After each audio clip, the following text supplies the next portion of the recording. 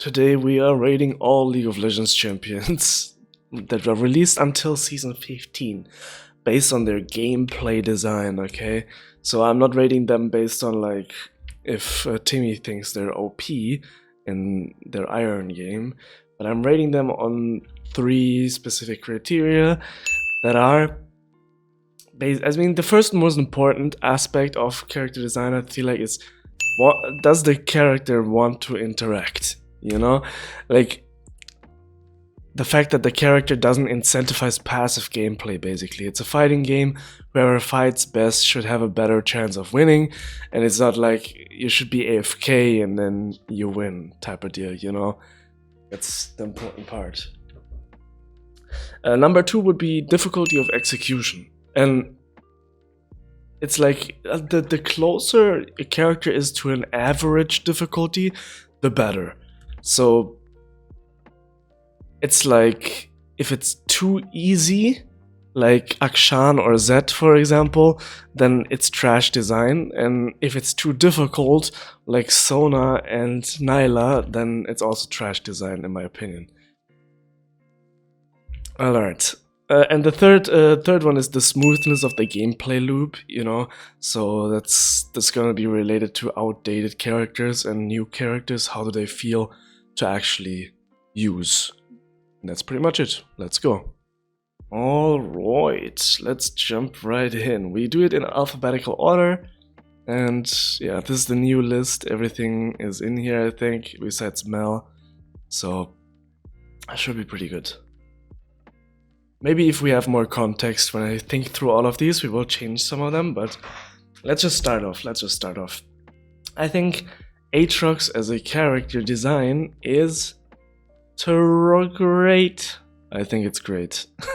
I actually think it's great because the thing with Aatrox is we've seen him pop off, okay? We've seen him pop off. We've seen people enjoy his 3-hit Q.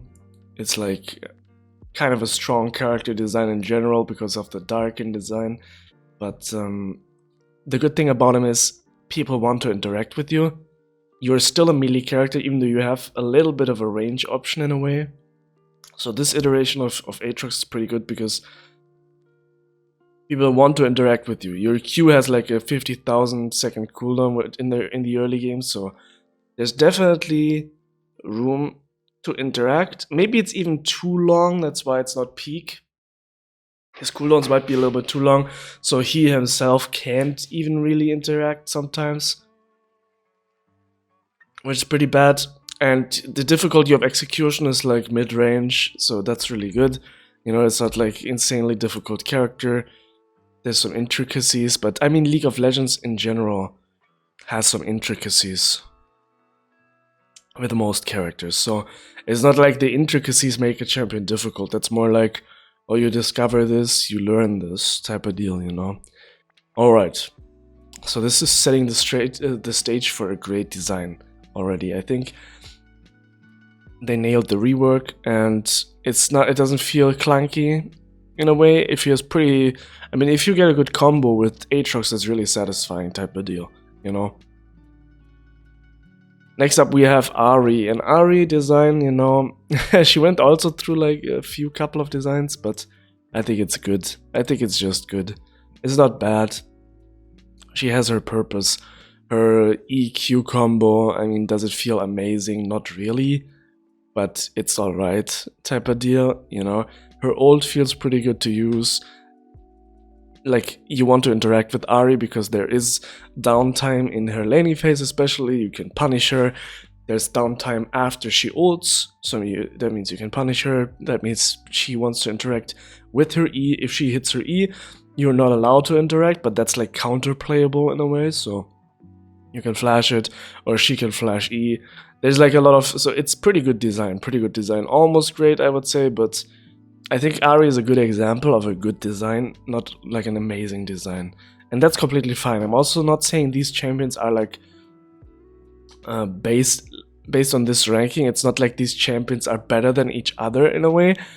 Just like there is a place to be have for good, great, bad, and peak characters. I think the only characters that are really unnecessary or trash, and like the last one is like rework and delete, you know.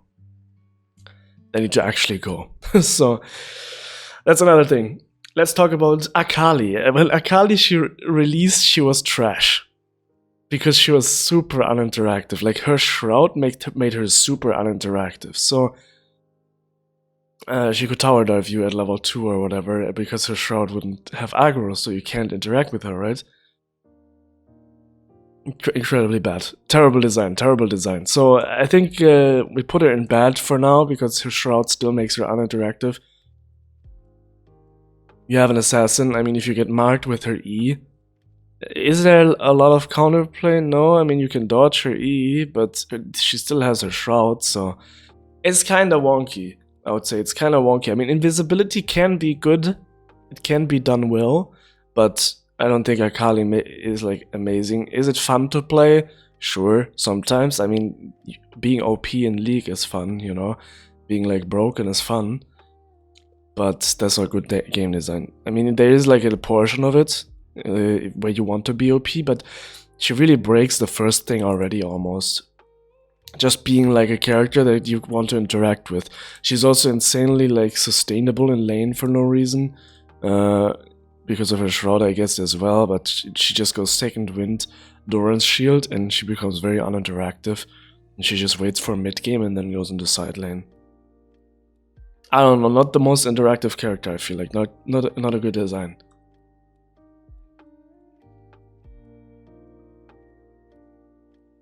And now we get to, oh my god, bro. Akshan already, bro. Delete him from the game. I'm already gonna tell you, there's only gonna be 2 characters in this last row. In rework, delete from the game row. And I mean, is it a personal thing? Probably is, but let's be honest. Let's be honest. I mean, I didn't want to just put him in there and then not say anything much about him, so I wrote a little bit something down. This character is insanely uninteractive. I mean, he's super uninteractive. He's incredibly easy to execute, I know. Yeah, I know there's some people whose feelings get hurt by that, but it is what it is, okay? It's a auto-attack based character. Like, this is insanely easy to execute. He has perma-shove with his Q, which has infinite range, okay? I mean, it's just this character, I think the design of this character is straight up embarrassing. Okay, it's straight up embarrassing. The smoothness of the gameplay loop is also terrible. This guy feels clunky as hell with his double auto, and I don't know, his weird swinging mechanic, bro. It makes no sense. It makes no sense. He has clunky animations. The abilities don't even fit his look. Ability animations and visuals don't fit his look either. Too many different effects in one kit. He has like 1 billion effects, okay? Basically only one active ability with his Q, because he's auto-attack based, you know, which makes him one of the 2 easiest characters to execute perfectly. Revive passive makes no sense. That's one of the worst parts of his kit. I think that's so cringe, but it is what it is. Another downside of him is, of course, he doesn't have rabbit feet, but we'll get to that later. He has 1,000 effects in the kit, but it's easier to execute than any. This character is unbelievably easy to play and unbelievably broken. Can be played heavily passively and uninteractive, and is heavily rewarded for it. Terrible game design, terrible. This guy is always 1 game adjustment away from breaking the entire meta because of his horrendous design. Like, his revive passive is just cringe. Like, if this guy is too strong, he breaks the entire meta instantly. And yeah, it's just cringe. Teemo was considered annoying, but Teemo could never be this much of an annoying character. I'd rather get poisoned IRL than play with or against this abomination of a disgusting design failure. Okay, that is my take, and that is also what you can expect for the last row. There's 1 more character that goes into the last row, and we'll see which one it is, okay?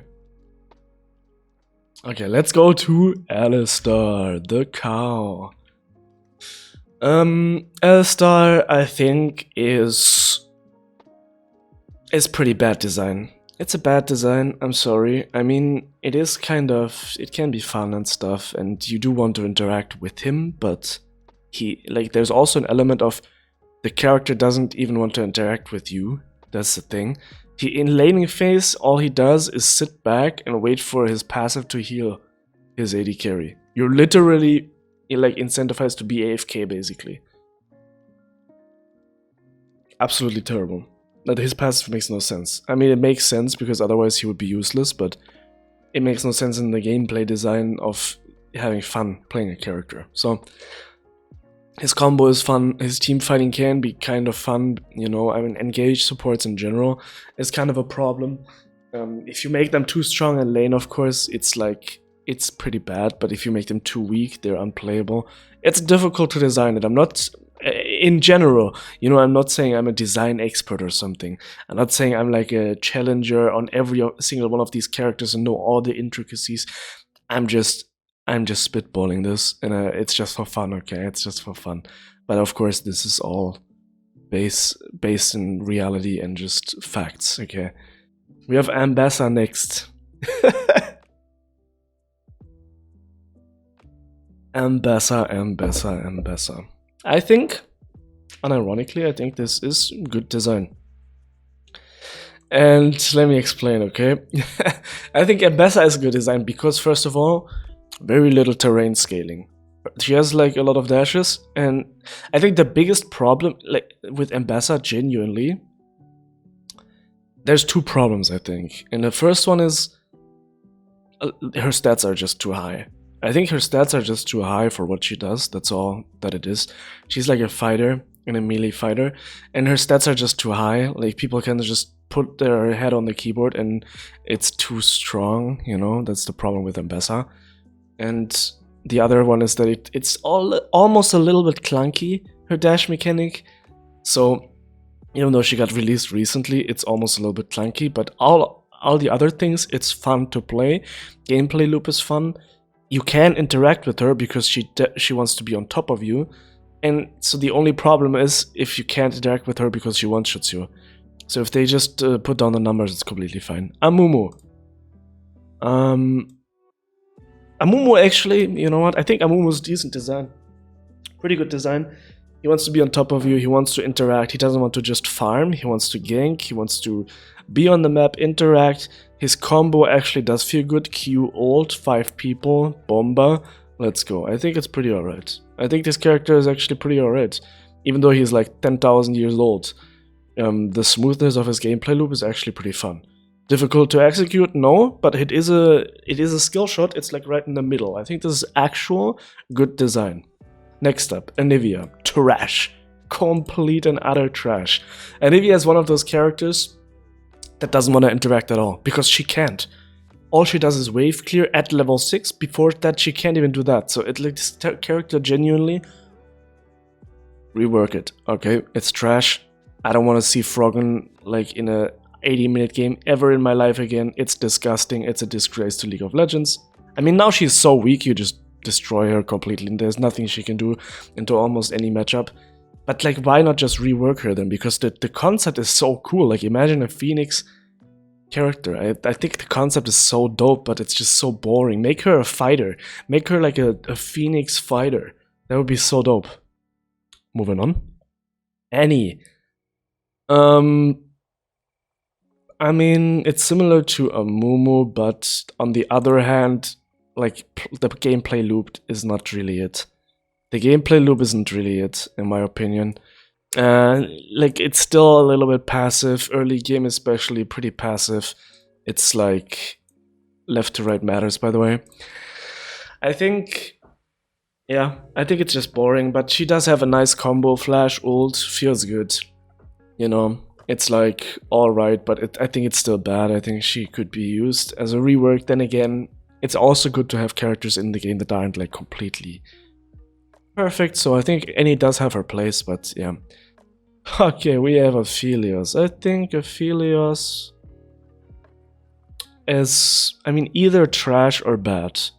And the reason for that is because this guy is very uninteractive. Either he has 5,000 range or he one-shots you with one auto attack. Like, what are you... Like, there's nothing to interact with this. Like, you one-shot him, or he one-shots you. Or he one-shots 5 people. Actually, you know what? Now that I'm thinking about it, I mean, it's similar to Annie, I think. I think Aphelios is similar to Annie. Where it's like, he does have his place. It's good that he might be in the game for some reason, but I mean, some of his strength is just too insane. But this is not a strength video, so that's why I'm not putting him lower, okay? The only problem is that he doesn't always want to interact really, so if he has his like sniper form or whatever, it's like kind of difficult to interact with him. I think that's the biggest problem. The other one, that he one-shots people, or like, if you have a satisfying ult, that's a good thing, you know? If you have like a satisfying ult with like 10,000 shurikens, that's pretty cool, that's pretty fun. But in general, he doesn't want to interact too much, so I don't really like that, and yeah. I mean, maybe he's even higher. I feel like he's higher than Akali, I think, actually. Aphelios, it might be a little bit of a bad design, but it's still better than Akali. Ashe, you know, I think AD carries will fall into similar categories, but Ashe is like very uninteractive, of course. She wants to kite. I mean, AD carries are gonna be difficult, but there will be good AD carries, okay?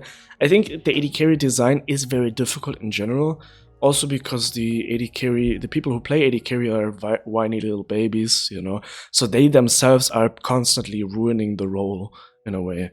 They're like always crying, always wanting buffs for the role, so that means if the role is strong, they need to nerf the characters and make the characters more boring.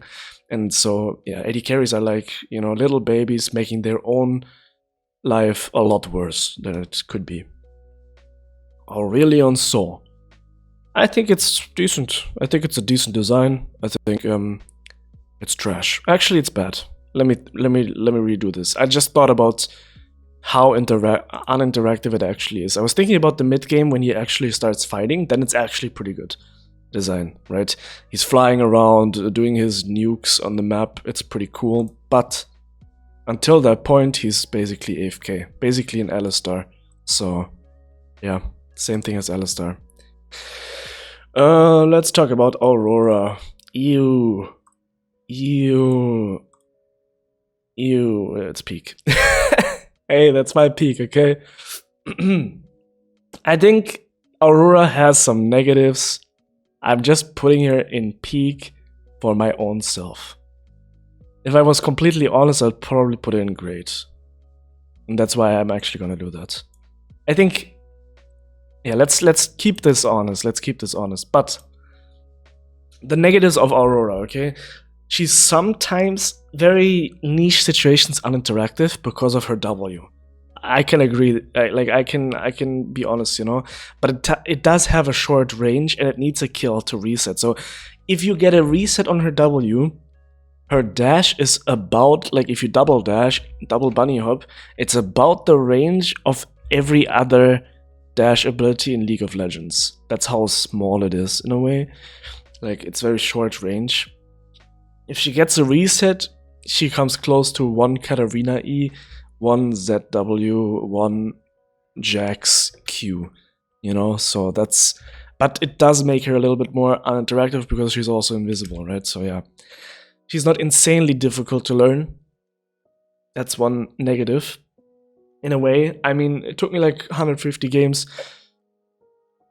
to feel like okay on fighting at her, like fighting with her sometimes, so there's a lot of stuff to discover still, and I'm thinking about the double bunny hop technology, you know, making that consistent. This might be game breaking, we'll see. I think the positives is, while she has powerful skills, her cooldowns are decently long compared to other fighters, you know, in laning phase, which makes her have great counterplay, also in the side lane as well. By the way, like, if you miss your combo in side lane, good night. Yeah, good night. It's usually like in a 1v1 you get forced to use your ult, flash, or both in pressure matchups, so she has her counterplay, and that's a positive. Very fun scaling and rewarding combo, like her combo feels insane. If you watch any of my videos, how much fun I'm having with her, just using my combo, it's like incredibly fun. I think it's great design. Like, it's 10-second cooldown or whatever, so the enemy can respond. If they don't do that, that's not the champion's fault, right? She wants to interact, she wants to actually jump on top of people and interact with them, which is great design. very, very good design. I mean, yeah, very fun scaling. If you get far enough, you know, ahead, you can one-shot 5 people with your old QE, and I think that's fun. It's like the Aurelion Sol. That's why I was like thinking about Aurelion Sol. Is it good design? But Aurelion Sol in comparison doesn't do anything for 20 minutes, and Aurora is like constantly in your face, under your turret, in the enemy jungle, doing stuff, enjoying life, playing the game actually, you know. That's very important in my opinion in game design. It feels very rewarding to learn because of the range combo, like knowing the lane range. It's just similar to LeBlanc. You can make some illegal feeling trades, but it's still punishable. So I think that is one of the best aspects a champion can have. If you can make illegal trades that are still punishable. That's the thing.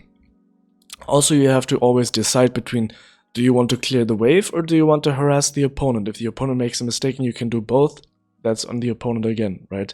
Like what the opponent should do is give you the option either hitting them or the wave.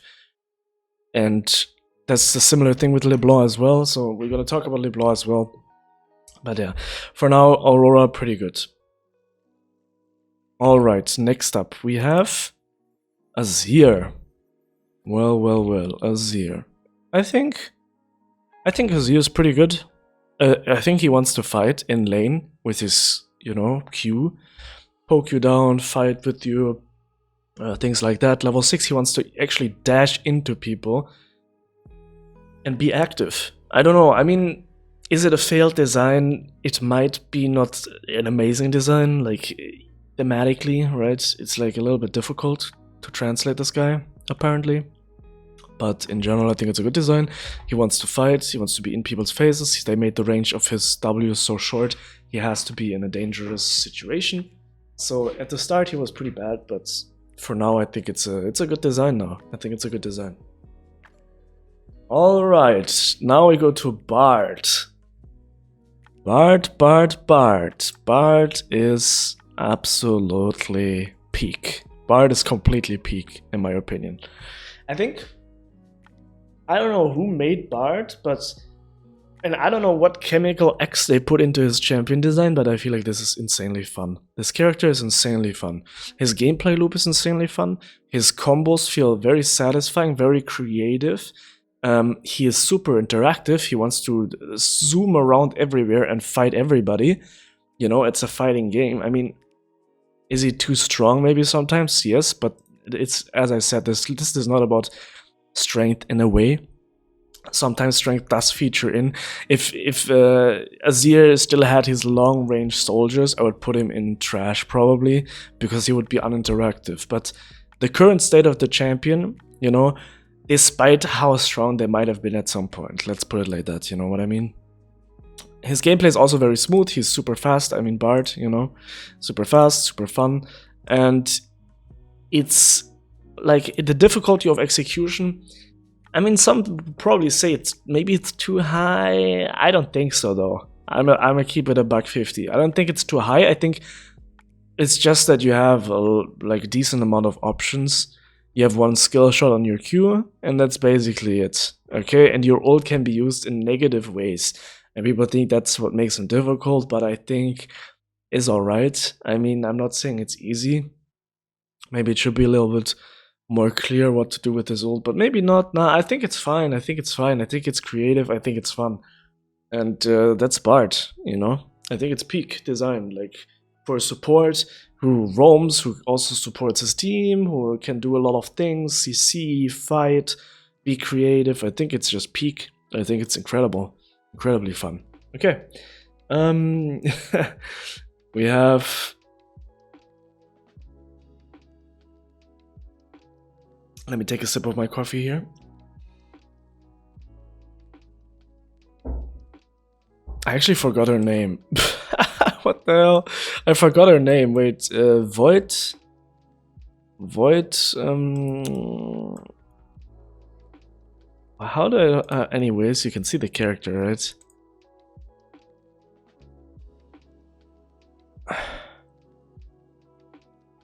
Belveth. Belveth, there it is. It's Belveth. I think it's... I think Belveth is a good design. I think it's a good design.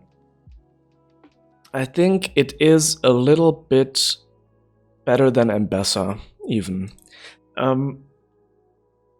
I guess her E is not that well designed, but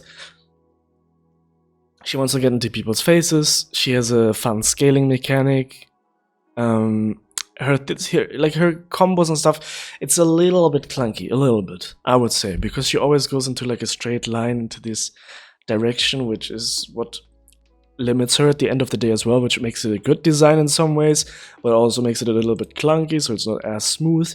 I think her QW combo is pretty smooth and it's pretty fun, so that's why it's similar to Ari, where it's not like amazing. It doesn't feel amazing to do that combo, but picking up one of her Voidling thingies and evolving, that's pretty fun. So I think, yeah, it's pretty good design. Pretty good design. Blitzcrank. I think Blitzcrank is kinda bad because I mean I know it's fun and using his Q is fun, but it's all he has. It's so like his Q is so powerful and so fast that this character is just his Q, which makes him strong in some situations, but it's also boring. That's pretty much it. Brand. Where do we put Brand? I don't think he's that bad. I don't think he's that good. He does have counterplay. I think here is kind of good. Yeah. He does have some counterplay. He's like decently short range. The only thing that I really, actually, you know what? The only thing that I really dislike about Brand is the whole Q a minion and then E to spread your fire in like a 5,000 kilometer radius to cancel the entire, like, I don't know, surroundings. I really dislike that. As like a poking ability, I think that's stupid. Other than that, in team fighting, it's just really fun, you know, spreading your dots. I think it's decent try at the dot design in League of Legends because it's difficult to balance those, and that's pretty much it. I don't think he's that great. Like, he doesn't have any super satisfying combos. He's just Brand, you know. Then we have Braum. Yikes. Pretty good design. I think one thing that's, I mean, what's good about Braum is that he wants, for his passive, he has like the ability to apply it at range, but he wants to jump actually into you, help proc the passive as well, then shield with his E. So there's like a clear pattern of what you want. His ult is like a nice engage, disengage tool, a little bit creative. It's not an amazing design, but it's pretty good. End of story, I would say.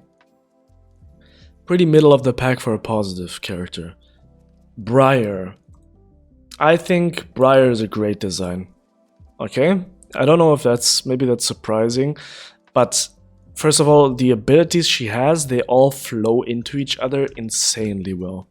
Like, Briar abilities are actually like, I don't know if it's the animations or whatever, but they feel perfectly to use into each other, you know? I don't know. It is what it is. They're like great to use, great gameplay loop, insanely interactive because that's all she does is interact. She has to interact, in fact. Like, her W forces her to interact. It's amazing. It's really good. And she gets punished for it, but also rewarded for it if she knows more. I think one of the genius things about Briar is it scales, like she scales with game knowledge. If you know everything in the game perfectly, Briar is one of the most broken characters in the game. And if you know nothing, you will permanently int. I think it's genius. Actually, this might be, I think it's peak, actually. I want to put her in peak. Now that I think about it, what is bad about Briar? She wants to interact.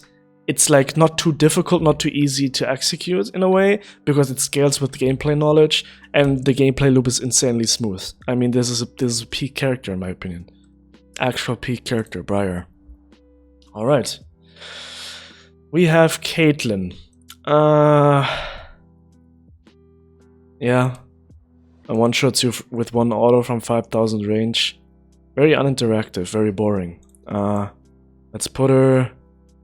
I mean, I feel like it's almost close to Blitzcrank, you know, because, I mean, you're putting down a trap or whatever. I mean, if I think about Saber playing the character, it's still the same. It's still the same. You're still like 5,000 range, uninteractive, kind of boring.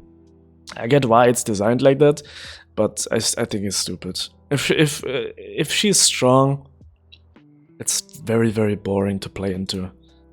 Camille. I think Camille is a good design in a way.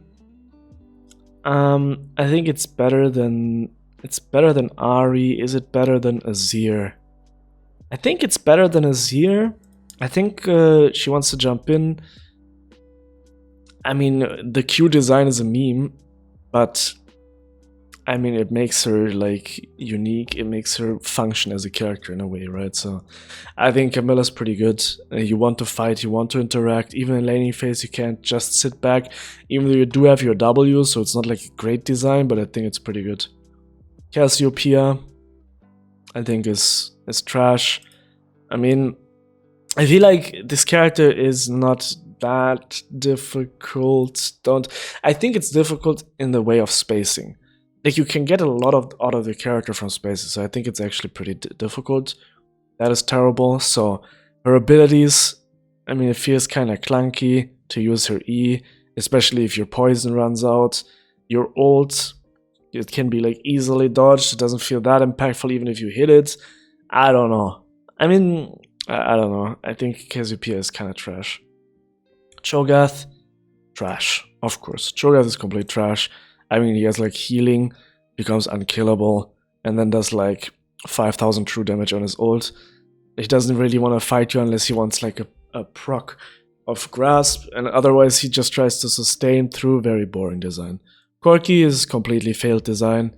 It's getting worse and worse now. I think Corki is a completely failed design. His rework is even more failed than his basic form was. I mean, all 3 iterations of Corki are complete failure of game design, in my opinion. Way too strong when he has too many stats, and it's still boring when he's strong, by the way. Like, it's not like fun to play, it's just strong. That's why people play him. Nobody says, hey, let's play some Corki, I'm enjoying this game. It's a terrible gameplay loop. Very uninteractive because you get one-shotted, or he just farms with his ult, or just with his Q. He goes full scaling and just it's so boring. Holy moly. I think Corki, one of the worst champion designs in this game. Darius, I know he's interactive, but it's still bad. It's still bad. Like, it's very interactive, but I mean, at some point he becomes so weak also in the game that he's not interactive in a way, like, or so strong. So like, if he snowballs, there's not really many melees who can fight him, and if he doesn't snowball, everybody can just destroy him. He's way too easy to execute because he doesn't really have any expression in his abilities, not much at least. And yeah, it's not smooth either, so terrible. Diana, it's alright. It's the same as a Mumu, I would say. Big bomba ult. A little bit better actually because of her reset. Her E reset is more fun to play than the Amumu Q. So I think, yeah, Diana a little bit over Amumu. What do we have next? We have Draven. I think Draven, weirdly enough, is one of the better designed AD carries. I'll put him at the end here. I think Draven, I mean, I hate the way he looks physically. I mean, I don't hate it, but I think he looks disgusting. Kind of a disgusting look. Look at this smirky, grumpy dude, you know. But gameplay-wise, I think his W reset, the fact that he needs to be in your face because of his axe resets, the fact that you have to like catch your axes as well, is pretty good designed. Pretty good designed, I would say. For an AD carry, very nice. He gets also rewarded for it. Even if he's ultra fed, you know, it's one of the rare AD carries where if he's ultra fed, you can still fight him in some ways, you know, lock him down with team play or something. So I think that's why he's good, well designed. Dr. Mundo, I mean, Dr. Mundo is just bad. He wants to just farm with his Q. I mean, he's not bad, he's trash. He wants to farm with his Q, become unkillable with tank items, and then also not really interact with you. It's bad, it's boring. Echo, decent design. I think he's very weak in general, like always, but I think his decent design. Actually, you know what? He's kind of uninteractive. Maybe a little bit like Brand, because he just throws us his Q. Maybe he wants to go in with his E, so it's better than Brand, but in general, I mean, it's kind of uninteractive. If he becomes too strong, he also does his little jump in and then run away with passive movement speed type of thing, which is also very boring. Elias, also pretty bad, you know. I mean, her E makes her incredibly uninteractive. It's like a cool design. Okay, actually, you know what? Because of her W in spider form, she's actually better. I think her E gives her a little bit of flavor in comparison to other characters. It is uninteractive, but it's not like she stays in the air forever. Like, it's to dodge one ability, and then you have to go down in a certain area. It's not like you become safe, you know? So I think actually it's pretty good design. Her spiderlings, using them correctly, it's pretty satisfying. Using your W, being a spider type of deal. I think it's pretty cool. On second thought, it's pretty good. Evelyn, I like to play Evelyn myself, but one of the reasons why I do like to play her, whoops, I'm dying, is because she's uninteractive in a way, you know? I wasn't a good jungler, so I'm like, okay, let me get level 6, and then just wait somewhere and one-shot somebody, which is fair enough, not very interactive, and it's kind of bad design, but I like to play her. But I still put her in a bad design because, yeah, you know. Ezreal, 5000 range, can't hit him. Flash on 3-second cooldown, trash design. Fiddlesticks, also pretty bad, but it's more like Aurelion Sol. Get level 6, then start playing the game in a way. So very uninteractive, very boring. Fiora is not that good either. Like, the problem with Fiora is that she is interactive, but first of all, of course, her gameplay design, if he is pretty clunky. She does have that true damage combo, so it's like a little bit better maybe, but yeah, her W makes her uninteractive, her movement speed makes her uninteractive, her healing makes her uninteractive. There's a lot of things that just make this character, in order to work, like make this character work, you need to make her uninteractive in a way, which is not, I don't like it. Fizz is decent. Decently bad, because he also doesn't want to interact. Same with Aurelion Sol and stuff. Get level 6. Try to start playing the game. I don't like it. I think it's not fun. Not a good design. It is what it is. Galio, trash. Complete trash. It's just, you know, flip the game, basically. Can you get more value from being tanky and clearing waves than other people? So boring. Holy hell. Jesus. Very, very boring design, very bad. Gangplank. I think Gangplank might be a little bit higher. I think Gangplank is pretty good design. Actually, let me put it here. I think Gangplank is like... is easy in... I mean, that's one thing that's problematic about Gangplank, is that he's kinda easy for the wave clear that he gets. That's the problem. I mean, I know people are saying Gangplank is a difficult character, but I don't care. It's like insanely easy. I mean, not insanely easy, but easy enough, okay? Like, when Gangplank came out, you know, I think a blind toddler could get Challenger in Gangplank. That's how strong he was, how easy he was to play. He just perma wave clears, becomes insane scaling monster, fights late game. But I do put him higher because his gameplay loop genuinely incentivizes to fight. And I think he's not a great design because at the point where he's strong, he becomes kind of uninteractive. He just barrels you and you can't really do anything about it. So let me put him at the end. He's worse than Draven, because at the point where he is actually strong and gets rewarded for his gameplay, he becomes pretty uninteractive, and it's a little bit clunky. Let's be honest. I mean, it's all a bit of a clunky design.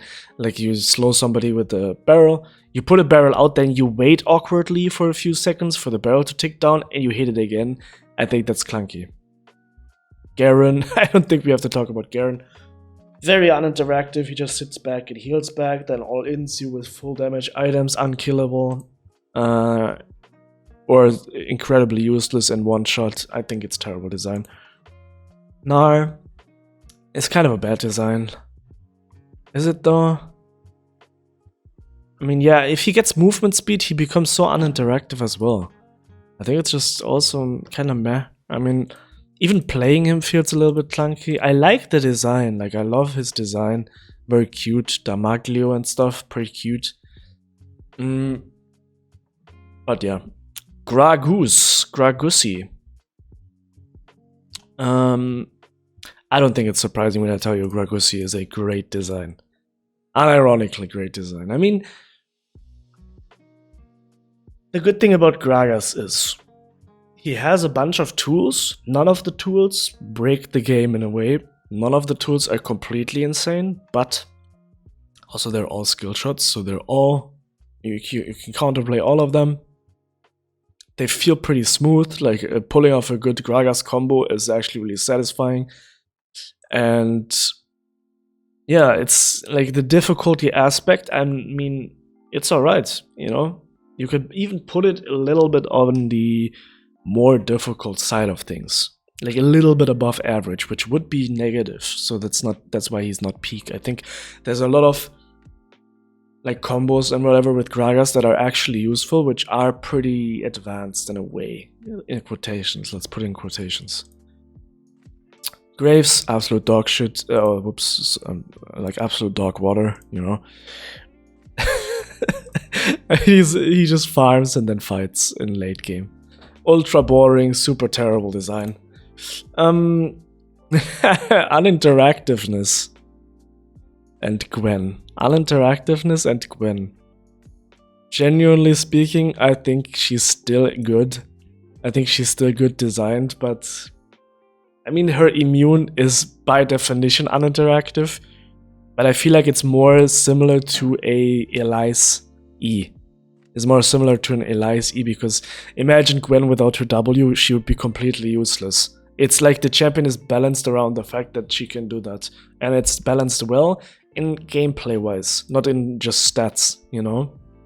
Because sometimes Gwen is just ultra broken, and sometimes she's just ultra useless, so it's not about the stats, it's like her kit functions around her W in a way, and I think it's well done, you know? Like, it's okay, it's good, it's good. Hecarim. I think Hecarim is actually pretty good. Decent design. I think Hecarim is a decent design because he always wants to interact, he always wants to go in. It's a little bit similar to Azir, I think. You can kind of fight early. I know there's like this playstyle with Hecarim where you just farm and scale, but like a good Hecarim will have a good impact in the early game as well. Technically, I mean, that's from what I've seen at least. So yeah, I think it's similar to Azir. You fight early a little bit, and then level 6 you always jump in. So you do have counterplay, and that's interactive and fun. Smooth gameplay, his Q feels pretty smooth to stack. It's not too difficult to execute, it's not too easy to execute. Pretty nice. Heimerdinger, uninteractive. I mean, this character is so bad. Like, Heimerdinger is just so bad in so many ways. That's just, he's uninteractive. He needs a rework or something. I mean, he doesn't even fit to his arcane character, right? Bro, we still have so many champions to go. Oh my god, it's actually crazy. I'm trying to go decently fast to get to the interesting characters, but yo, this game has a lot of characters. Hue. I think Hue is he... I think he's trash. I think Hue is trash. And the reason why I think he's trash is because it's basically a Nivea 2.0. it's so uninteractive and boring into a way, like, and he's unbelievably easy to play. Okay, I don't care that he has like 10 abilities, he's insanely easy to play.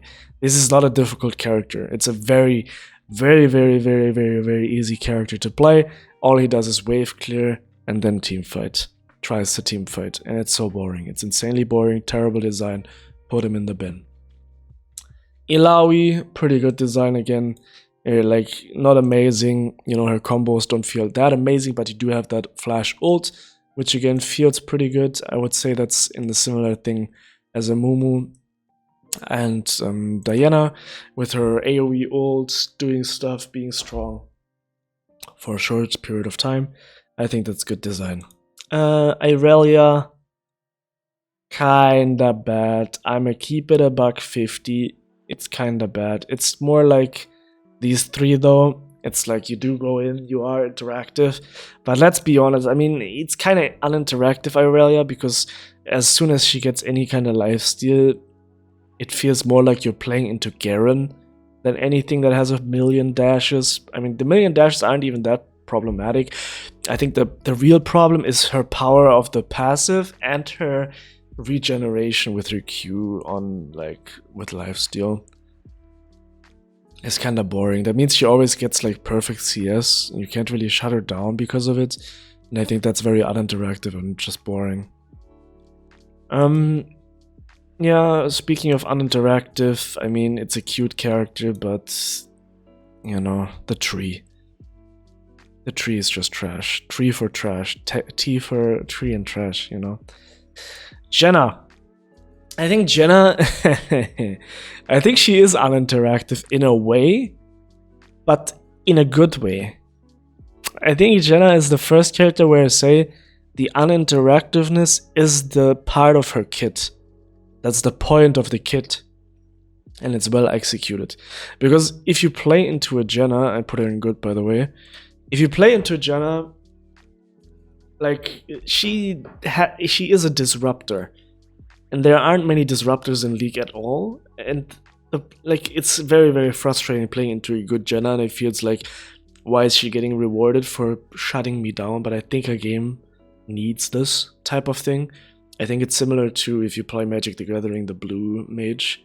That's what Jenna is. Just basically the enemy wants to do something and you say, nope, you're not doing that right now.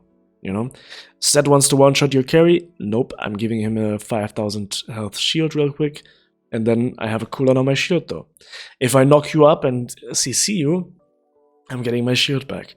I think it's a good design, unironically. And I feel like her ult and everything, it goes into the category of a Mumu ult. It's just the reverse. You know, instead of stunning everybody on the enemy team, you heal everybody on your team. Super powerful.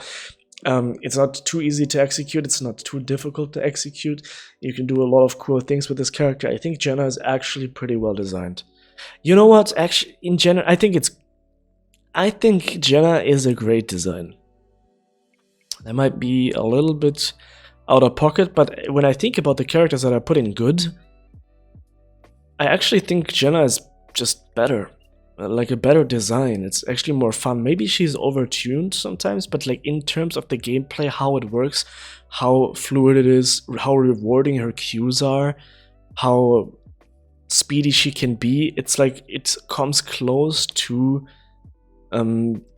Bard in a way, but like some of her stuff is not very interactive enough for her to be peak in a way. Like, you can still flash her Q, but she's gonna knock you away with her ult and slow you down with W. I mean, she is a disruptor, so it's like a little bit of a different point of view to judge Jenna in general, I feel like. Okay. Jarvan. I mean, Jarvan is kind of bad. It's like it's kind of difficult to say. Maybe he's not that bad. Maybe he is like okay. The problem is he is kinda uninteractive in a way, even though he jumps in. But he does jump in into 5 people, so it's more like, yeah, it's more like a Momo, I would say. It's actually alright. His terrain scaling is kinda satisfying. So his gameplay loop is alright. It's pretty fun, or it can be pretty fun. And maybe I'll put him up here to good. And yeah, I think if I think about it, yeah, it's more like a Mumu basically. It's like the Amumu, the AD Amumu, you know? That's what Jarvan is basically.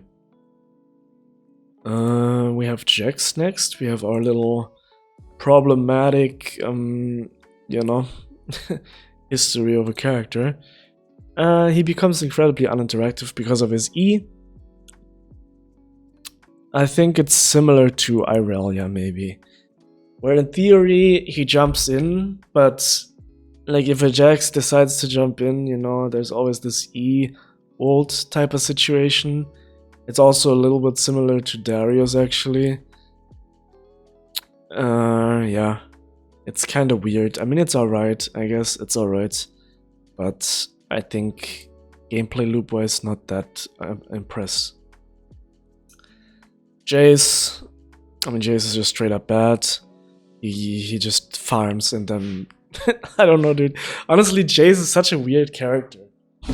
I don't know why they didn't rework him for the Arcane re-release either, like they did with Victor. But it is what it is. Jhin. Jhin is the sniper character, so uninteractiveness. I feel like Jhin, I don't know, it's difficult. He can be interacted with, but I mean, AD carries in general, the design is like very uninteractive in a lot of cases because they just get blown up by anything that touches them. And I think it's still bad design. Like, I don't know. Like, whatever. I think it's kind of meh. It's alright, but it's bad. Thematically, he's better though. And his fourth shot is pretty fun. And you can play around the fourth shot. You know what? I'm putting him in good. You can play around his fourth shot, you can play around his W, you can play around his ult, and you can play around his E. He has some skill expression with the range, and the more I think about Jhin, the more I actually like him. The more I think about him, the more I like him. You know what? I'm also putting Gwen and Elias above these. And I'm gonna put Jhin in between those. I think Jhin is actually better than I thought, yeah. On second thought, I think Jhin actually pretty good. Actually pretty good design. Like, you can play around everything almost. You know when his fourth shot is coming, which is the scary shot. You know when every ability is coming, his Q is gonna only do really damage if he bounces it off minions, so it gives you like half an hour to react to. It's like pretty interactive actually, his abilities. If you play against him and if you play him yourself, it's pretty satisfying to pull any of those things off. His fourth shot feels amazing, ult feels good, W hitting something pretty good with the traps, like setting up the traps into W, it feels pretty cool actually, yeah. I like it. Jinx. I think Jinx is, it's actually better. It's better. I mean, you can interact with her. She is not insanely strong in the early game, but she does want to interact with her Q, with her W, with her E. She still can and wants to fight, I guess. Maybe I'm misjudging it a little bit, but that's the idea that I get. Kai'Sa, I think, is also decent because she, you know, I mean, her W is very uninteractive, actually, you know what?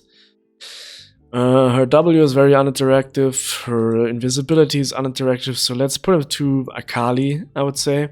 Kind of a bad design, because even though she dashes in with her ult, she only does that if she, you know, one-shots you or whatever with her W 5000 range, then becomes invisible, you can't interact with her, so yeah. I don't like it, I don't think it's that great. Kalista, pretty good. Pretty good design though. Kalista is pretty good. I think it's similar to Jhin, actually. It's a little bit more difficult because her ult needs coordination, but everything Kalista does is telegraphed. Even though she's like insanely strong in lane as a lane bully and her jumps can be annoying, she also locks herself into a jump animation and, you know, I think it's pretty alright. I think it's pretty... You can play against it, but if Kalista is good, it also feels good to jump around and stuff like that, so I think it's nice. I think it's nice. A little bit worse than Jhin, for sure, but still a cool design, gameplay-wise. Karma is, of course, trash. I mean, she just, you know, Q ult. I mean, don't get me wrong, I like to play my Karma from time to time, but it's because she's uninteractive as well. Like, some characters are fun because they are uninteractive, but this is not a list about how fun characters are, it's like, how well designed are they? And I don't think Karma is well designed. Her Q is too much damage in the early game, 0 damage late game. She shields everybody, shields herself, gives insane movement speed, heals herself with W. That's why she's so toxic on top lane, because she's just terrible designed. That's it. Kratos, absolute trash. I mean, one of the worst characters in the game again. Just farm and ult, incredibly boring, terrible. Farm and ult, it's pretty similar to Kassadin, yeah. Same character almost. Katarina is better though. Katarina is better. She wants to jump in your face and is punishable for it. I think Katarina might be the best in good for now. Might be the best in good because, you know, it feels super satisfying to pull off a Katarina combo. It is not insanely difficult to play her. For me personally it is, because I'm an idiot. It's like the character that I just cannot play, but I see a lot of people play Katarina totally fine, so I'm assuming it's just a me problem. Yeah, pulling off the Katarina combo, very satisfying. Her ult is satisfying. All of the things are satisfying, and she wants to jump in your face, so if you have anything to counter her, you can actually do it. Pretty good design.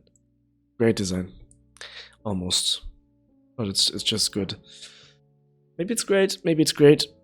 Maybe Katarina is actually great. I think Katarina might be great. Like, she has a fun gameplay. Actually, you know why she isn't good? Because she cannot lane level 1 to 5, basically. Almost ever. So she just sits back and is uninteractive. I mean, the best Katarinas, though, I've seen, they play the laning phase. So I think she is interactive, but it's very difficult. That's why I put her in good instead of great. Let's put it like that. Alright. Kale.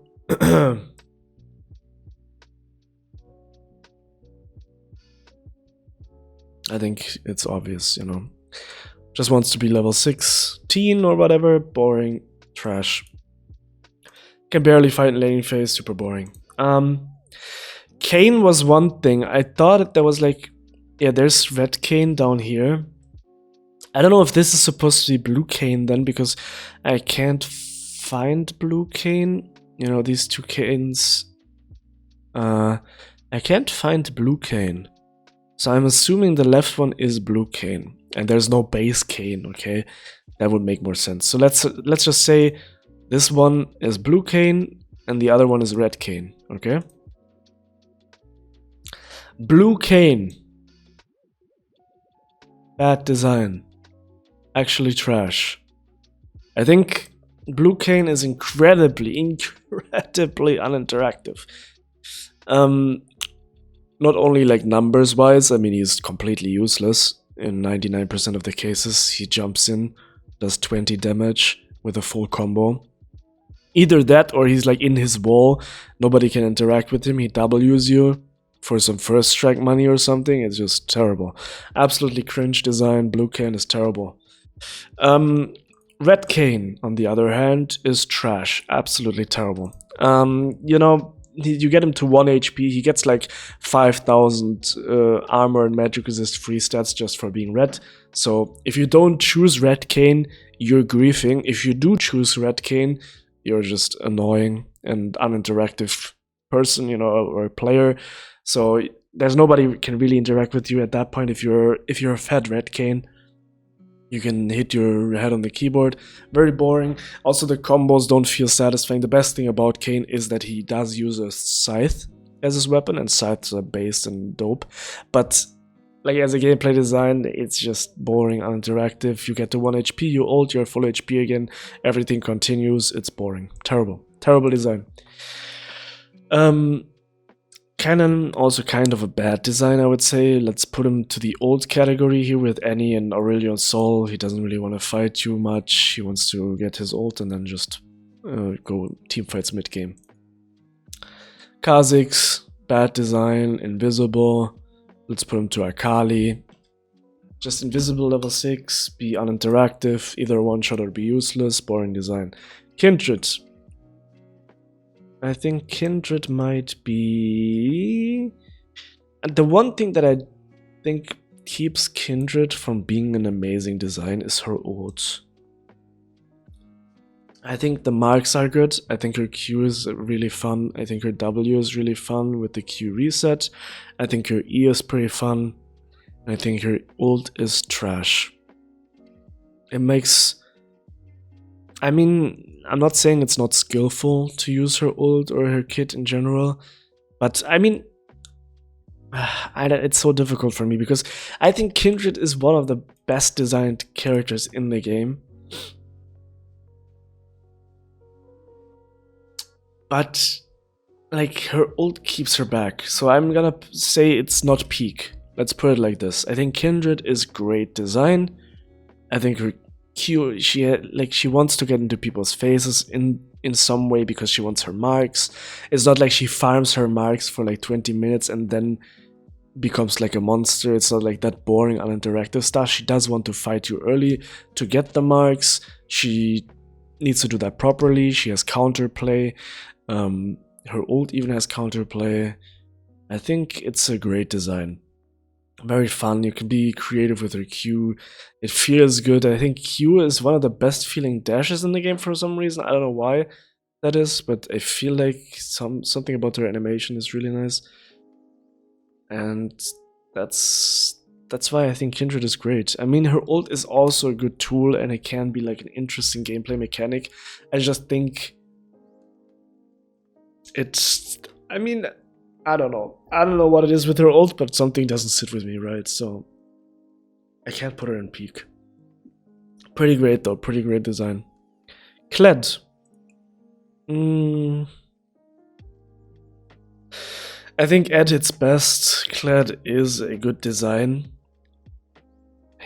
Is he good though? Yeah, I think he is. I think the problem is there's something missing in his kit. I think maybe that's why I put him into bad. He wants to jump on top of you, but then again, he's kind of uninteractive because he's just gonna remount. But it's not even about the remount mechanic. I think it's that it feels like he's missing an ability or something. Something to set him up to be a good character. I think Kled is just a bad character. And that is baked into his design, not his stats. In a way, you know? I mean, every character can be a broken character if their stats are high enough. So that's not what we're really talking about here, right? Yeah, that's it. Kog'Maw, bad, uninteractive, long range. I mean, AP Kog'Maw is the absolute worst. Otherwise, if you have AD Kog'Maw with Lulu, uninteractive, boring. Cassandra, absolute trash. I mean, it's just so bad. It's super uninteractive, never dies. I don't know, it's just so bad. It's just so bad. LeBlanc, I think it's similar to Aurora in a way, but I will put her in good here. Because the one thing that LeBlanc has that makes her not great, maybe, is also why she is in good at the same time. Because her combos feel super satisfying. Her damage is incredibly fast, so it's like really fun to play her, but really unfun to play against her in some situations because it's uninteractive, right? If her damage comes out instant and she blinks back, you can't do anything. If you stun her, her passive will save her, uninteractive. But then again, it's like even though she has technically 5,000 range, she does have to dash in to do damage, so there is like a window of counterplay. You can still fight her while she's invisible, so it's, if you're good enough, you can kind of play against it. I think if she wasn't as uninteractive, I would put her into great, but she is, so it's just a good character. I think similar to Katarina, when you play her well, very rewarding, and you can also still play against her in a lot of situations, so she also doesn't kill tanks, so it's not like she's ultra broken. Yeah, I think it's a good character. Pretty good. Lee Sin. I think Lee Sin is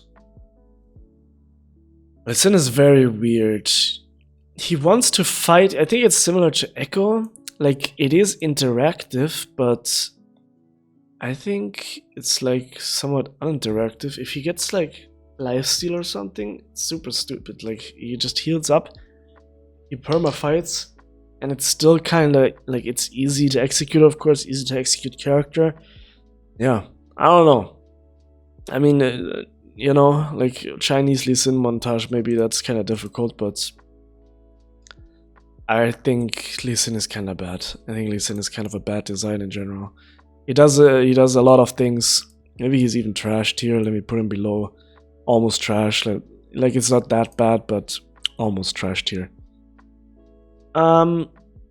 Leona.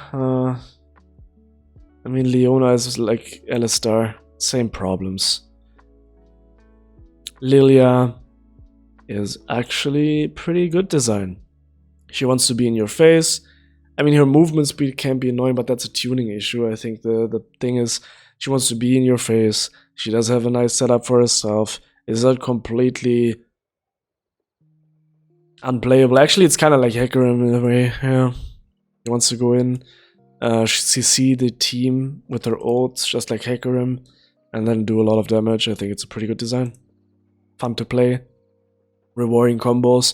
Still has counterplay because the sleep doesn't come instantly. Pretty good. Bro, there's still insane amount of characters. What? Okay, this is gonna be a very, very long video. Holy. Anyways, let's just continue. Lissandra.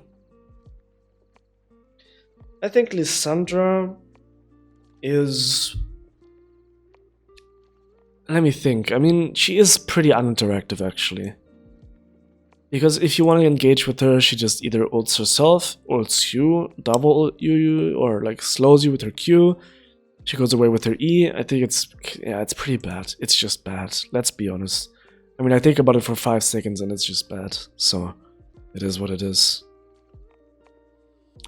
Lucian is alright, maybe. I feel like... Lucian's ult is pretty uninteractive, but it's also just in one line, you know, so you can... I mean, can you dodge it? Not if he has any movement speed. I feel like AD carries, just the AD carry mains, have cried so much that they made AD carries so broken that they had to reduce their stats so much that the character designs are just falling apart and failing. I think that's what AD carries have done, you know? That's why there's mages in your lane now. Because you've cried so much about your characters that they're quote-unquote weak, even though they were completely broken, that they had to change them in weird ways to make them just bad characters. Not even weak. They're all strong. I mean, Aphelios, I feel like Aphelios right now is the strongest character in the game. I mean, nobody... I don't know how many people would agree with me, but... Aphelios is disgustingly strong right now. But he's a bad design now, because they had to kind of change him that way. Because AD carries cried about how bad their class is, and they had to adjust so many things that it just comes down to this. I don't know. Anyways, enough of an AD carry rant. Lulu, of course, bad design. You put them to their besties here. Actually, wait a minute. Is it a bad design? It is. Uninteractive. It's just uninteractive with her W and her ults. It's not like Jenna, where it's like part of her kit to be a disruptor. She's supposed to be an enchanter, and she still disrupts and stuff. So I feel like it's too much. She was even a mid laner for some time because her Q is a wave clear ability for no reason. I think Lulu needs a rework. That's what I think. Lux. I actually think this is a Jhin moment. I think Lux is a Jhin moment. I know she has a lot of range, which makes her uninteractive. No, actually, you know what? You know what? Nah, I have to put it down. I have to put it down. They reduced Lux's cooldown so much he becomes kind. Actually, no. It's still good. It's still good. I think if they didn't reduce Lux's cooldown, she would be an unplayable character. And I don't think it's that big of a problem. You can dodge her ult, you can dodge her Q, you can interact with all of her abilities. She feels very satisfying to pull off her ult. The worst thing about her might be the expression on her icon right there. Kind of a psycho e-girl. And that's about it. I mean, wait, maybe that's a good thing. Anyways, yeah. And we have the poster boy of trash, clunky, terrible gameplay loop, which is Malphite. And his buddy Mazaha right beside him. Uninteractive, boring, just farms, ults. Boring. And we have Maokai right in there. Now we're on a roll. I mean, Maokai is the same thing. He does want to fight and everything, but it's so uninteractive. He just pushes you away with Q. I mean, it's just boring. No, it's just boring. Trash design. I mean, I'm just gonna repeat it again. It's not about how strong these characters are, you know? Like, it's about their gameplay design, basically. Master Yi. Master Yi actually is trash as well. His Q is uninteractive, very boring. I mean, you can lock him down, you can do that, but it's similar to Kayn. You know, it's like, yeah, I'm Qing right now, you can't do anything. Yeah, I'm autoing you right now, you can stun me and kill me, but I'm gonna Q again in 2 seconds. I mean, I don't know, it's just so boring to play into. It's very clunky to play. A lot of people like this character, but I think it's so bad.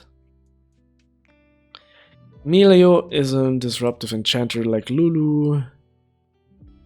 I mean, yeah, it's similar. Boring, uninteractive, can't get close. It's not like the rewarding kind of disruption either. He also heals. This W is shielding with E. I mean, it's alright. Nah, similar to Lulu, I think. Misfortune and Morgana.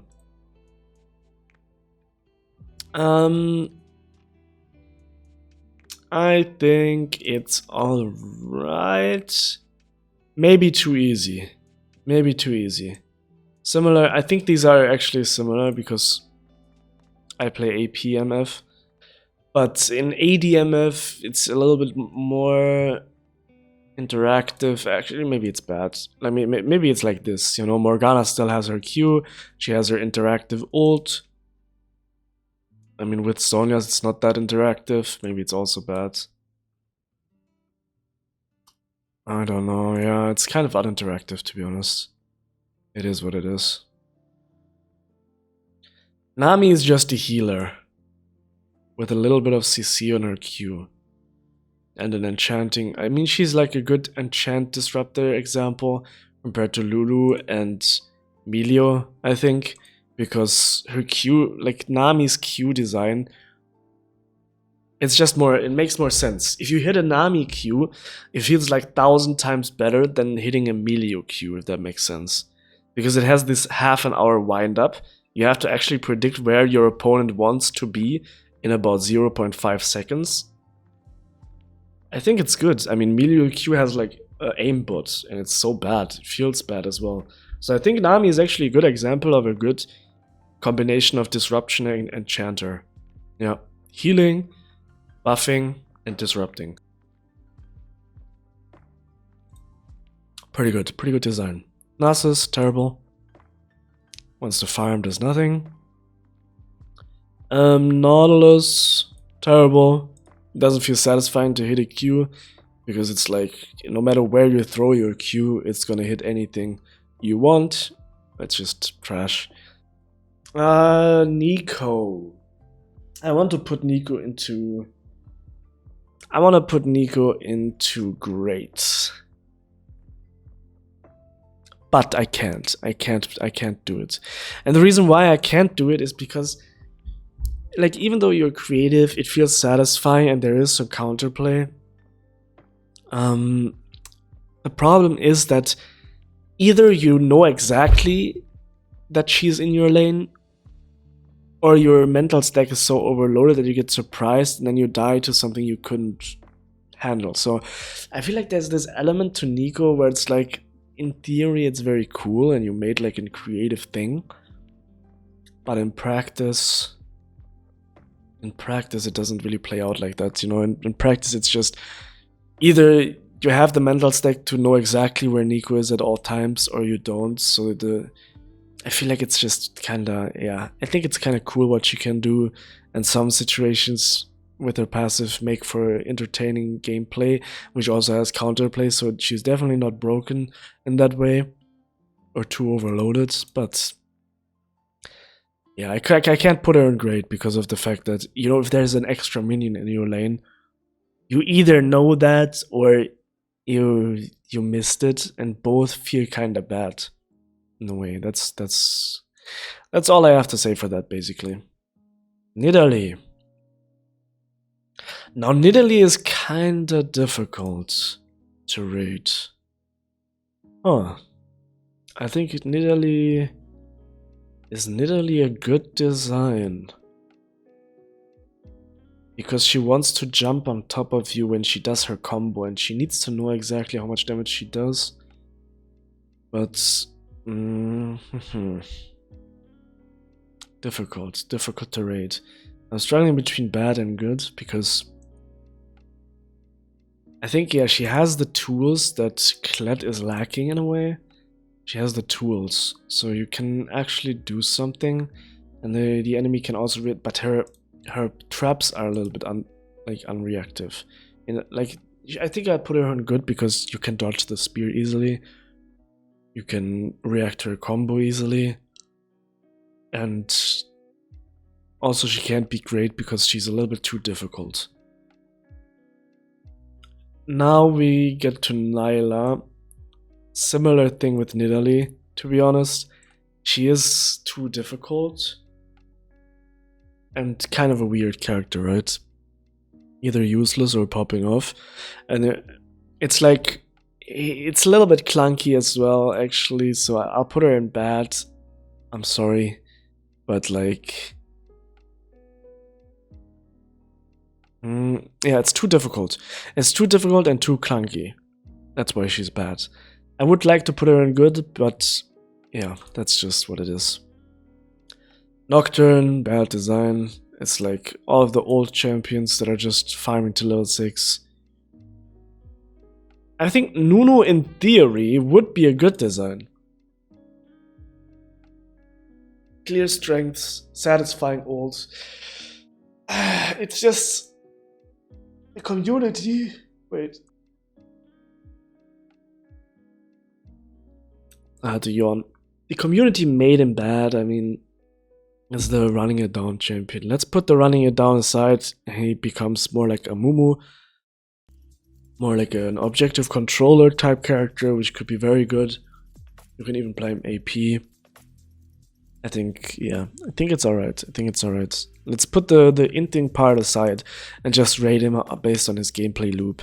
It feels pretty satisfying to heal with Q, to have a good ult pop off, and you can still counterplay it, you know when you get slowed. All of this stuff, good stuff. Olaf. I think Olaf is actually alright. I know his ult makes him kinda uninteractive, but it's the same thing as like Jenna in a way, where I think it's actually alright. It's part of the design. You can counterplay it with damage. Like Olaf ult is counterplayed by just pure damage, so I think it's alright. I think it's pretty good design. He has clear strengths and weaknesses. He wants to interact with you all the time, throwing his axes, going in, you know. I think that it's pretty good. And Orianna is pretty bad, too much range, doesn't want to interact, wants to ult. It's similar to all of these. I think mages fall into this trap a lot, where they don't want to interact, they just want to farm, and then it becomes kind of boring, mid lane in general, like, you know. And I think Aurora solves it. Aurora solved this problem by having like less range and higher cooldowns. But because of that, they gave her more impactful abilities. I think Aurora solved it. That's why Aurora, in my opinion, one of the best designed mid laners. It just is what it is. She can still do the bomba ult in mid game, and maybe her ult is a little bit too strong, but we're not talking about strength, right? In that sense. And I think Orianna is more like, let me farm, poke you here, farm, poke you here, farm, poke you here, and you can't do anything about it. It's so boring. I think that's bad. And Aurora is more like, okay, can I farm or do I want to trade? I have to trade here, so I trade. And I don't know, it's whatever. Okay. Ornn. I mean, Ornn is kinda uninteractive, let's be honest. But it's not a bad design. Not completely bad, at least.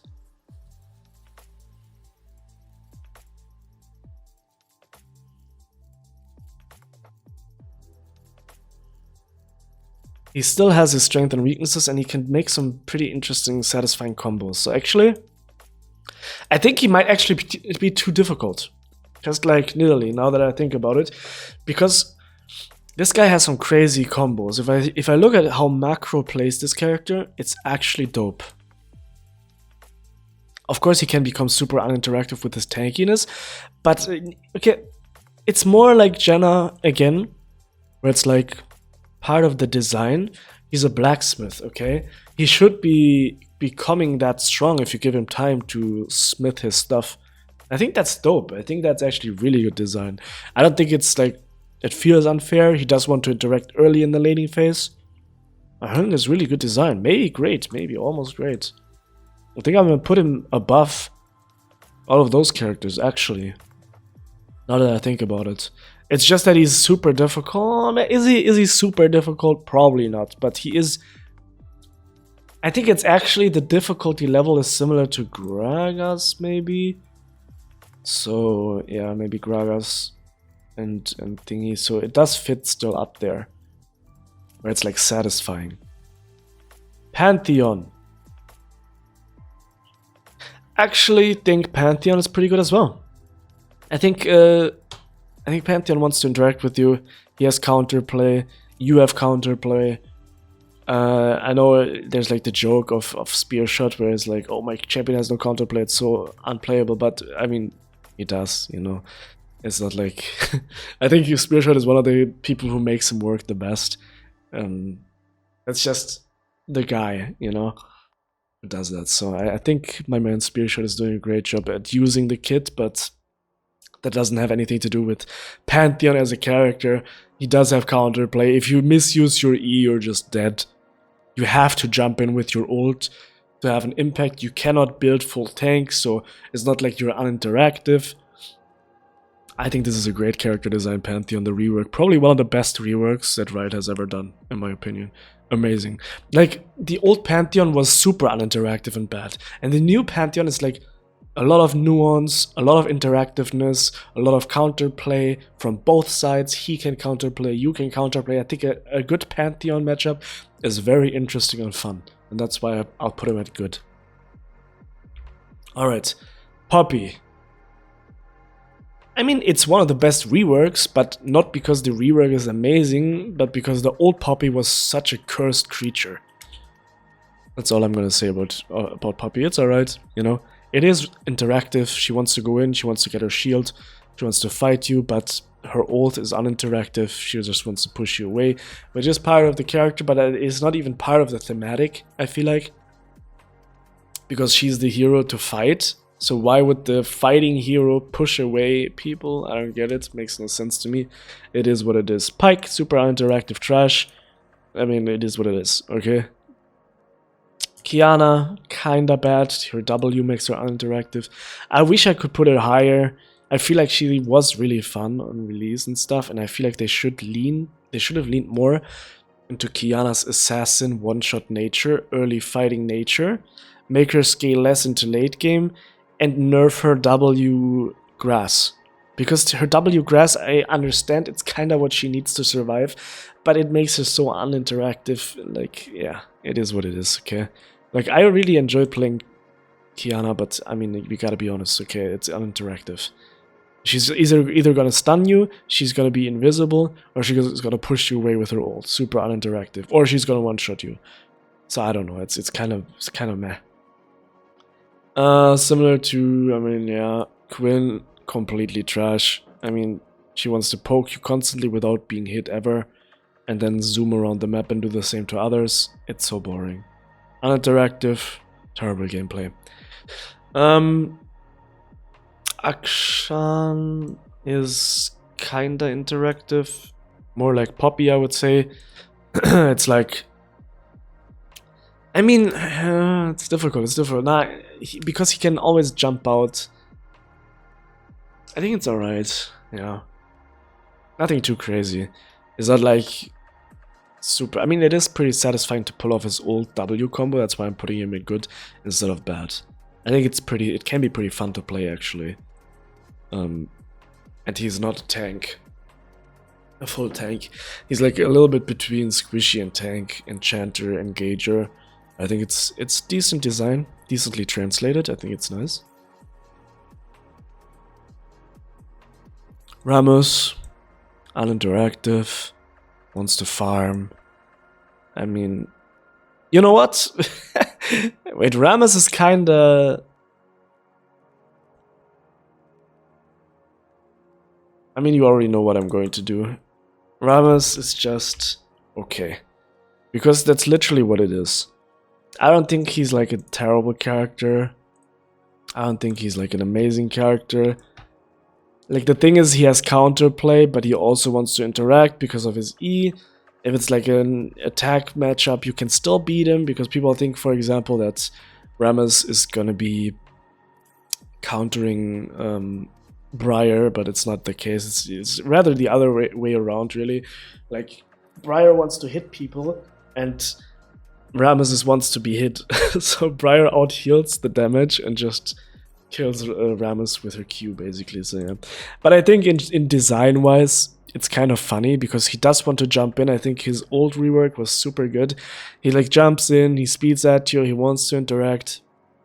There's a playstyle with Ramos where it's like he just farms top lane or something, proxy farm. That's kind of cringe. But that's more like a gameplay problem in a way. I think what they should be doing is, as long as turrets have plating, buff all of the minions that are behind that turret with like 500 armor and magic resist. And then the game is fixed for top lane. That's just my suggestion, but yeah, I know it's not gonna happen because they make too much money off of bows, but it is what it is. Rek'Sai. Rek'Sai, I think, is pretty good design. I mean, is it uninteractive? His ult kinda is, but he needs it to fight. He's usually not a tank, or she, it's a she, I forgot. I know there's like a Rek'Sai tank top lane build, which is kinda uninteractive. So I'll put it in bad. It's not even about the build. I'm just thinking about what is the possibility and how is the character actually played. And usually it's Q from range, ult in, either one shot. I don't see many Rek'Sais in general. They usually do pop off though. I think I respect it kinda. That's the thing. I kinda respect the Rek'Sai player to make it work and to figure out things. I think it's pretty okay. Like gameplay wise, I don't feel like if I play against Rek'Sai that it's unfair, and I don't feel playing with Rek'Sai that it's an easy win. So I think that's a decent indicator for just a basic good design, you know? And if you look at the peak, just as a little like thing, if you think about Bard here, like, it's not like if you have Bard on your team you think you win. It's more like you don't even know what's going to happen. You either get like this insane roaming genius ult 1v5 monstrosity, or you get a drooling useless inting. You know, I think that is peak design. I think if the champion design incentivizes this kind of gameplay, that is what peak really is. When the champion can be both, no matter what the meta is. I think that is what really defines peak design, and I think Briar is the exact same thing. If you get Briar on your team, you never know. Is this Briar gonna be 30-0 or is she gonna be 0-30? But It's not even that the people int, no matter what they actually try to play. And it gets me like excited thinking about like how good the design is, that people are trying their best, but they can go either 30-0 or 0-30. In a way, you know, that's very boiled down, but I think that's what peak design makes out. And I think Rek'Sai doesn't do that. He's just alright. And I think that's good design. Rel is kinda bad. No, she's actually good. She's better than the normal engaged supports because, like, I feel like she's incentivized to actually fight and interact. That's Rel.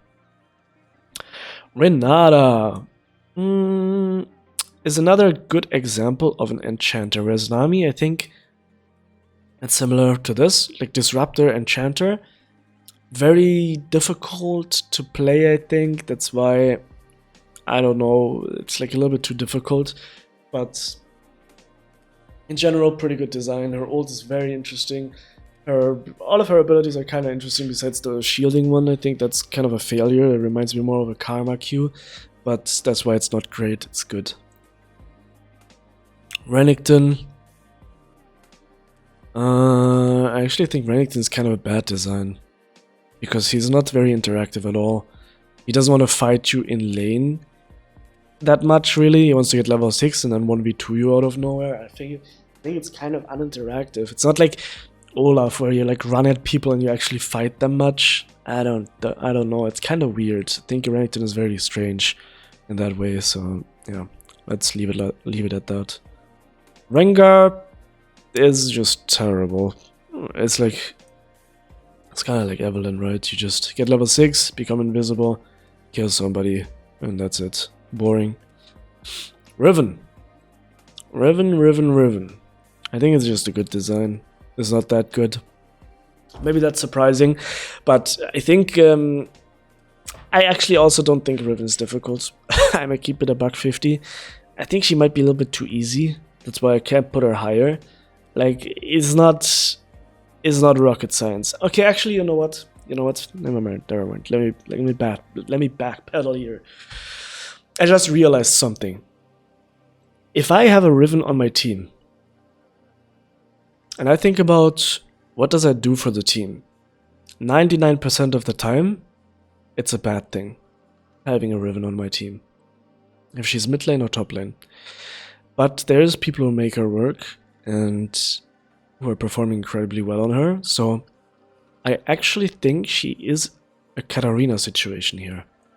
Where it's like, okay, even if she's easy to play, knowledge of like the game, when to engage, when to fight, what to fight, things like that. Even though you have like a passive kind of gameplay in a lot of ways, you can make interesting things happen. And I think that's the same thing with Katarina.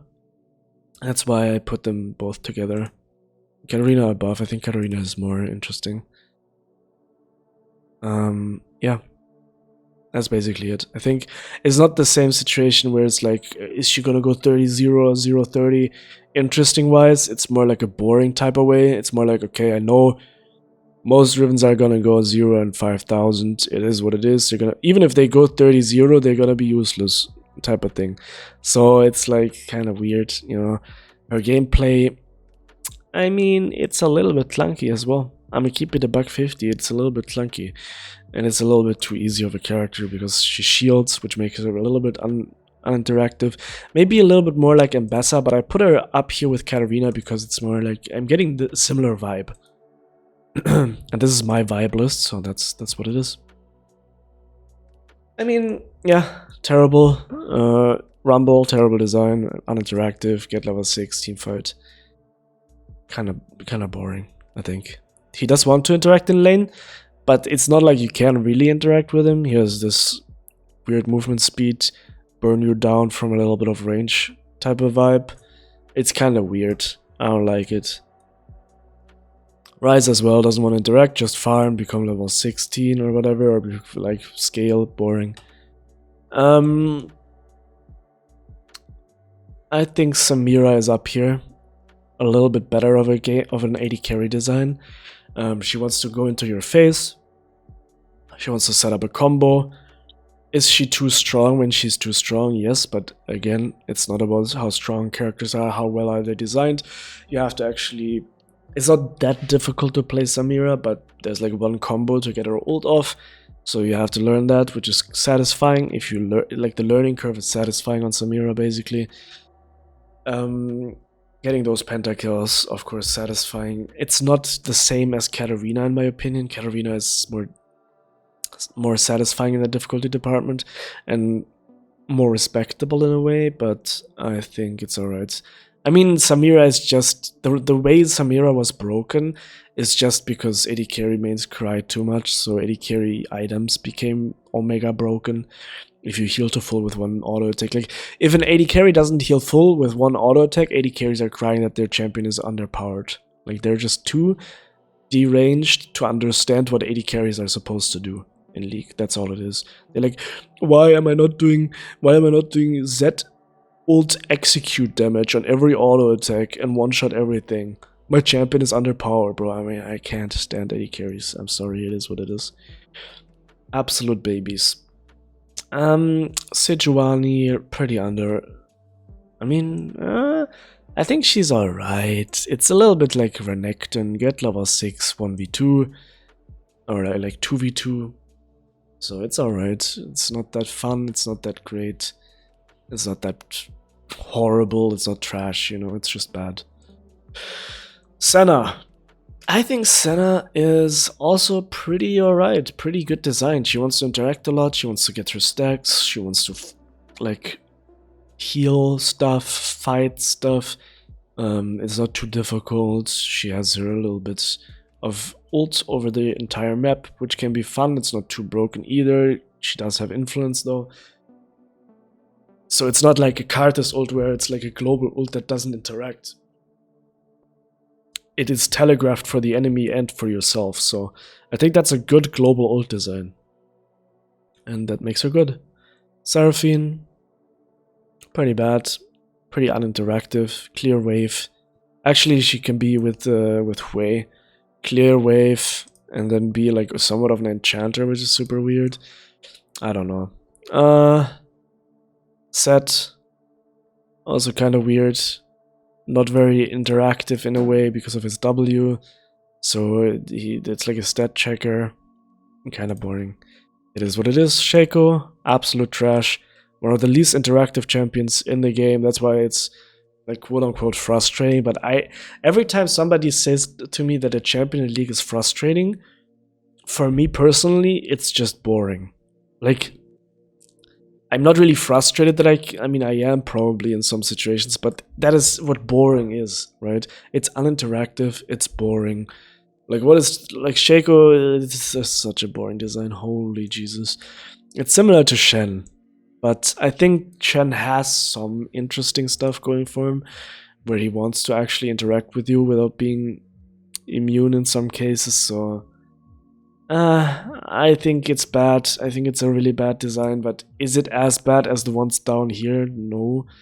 Like, Shen is still better than Galio or Corki, so I'll put him above. Shyvana, trash. Uninteractive, farm to level 6, do some flame stuff with AP maybe. Even AD is the same. It's so boring. We have Singed as well, absolute dog water. I mean, it's uninteractive and boring. Same with Sion. I mean, Sion is just, nah bro, Sion is insanely bad. That is, I think, one of the worst reworks Riot has ever done. Incentivizing you to die. I mean, don't get me wrong, I love the Baus stuff. His playstyle, I think it's cute. He's like a wholesome person. I love that. He's like a wholesome person doing some evil things. That's why it's entertainment, right? That's why it's entertaining. It's like, oh my god, look at this wholesome dude. And then he's like super annoying playstyle, uninteractive, don't interact with anyone and still win. It's like that. And I think it's really bad. I think Sion at its best can actually be good. It's like the full AD playstyle that Baus used at the start, I think is actually... you know what? Yeah, okay. Let's put it higher. The only thing why I think Scion is a terrible design is because he's incentivized to proxy farm, which is super uninteractive and boring. But if you play full lethality Scion and you actually like play the game creatively, you know what? At that point, you're with Rammus. At that point, you're with Rammus, okay? At that point, you're okay.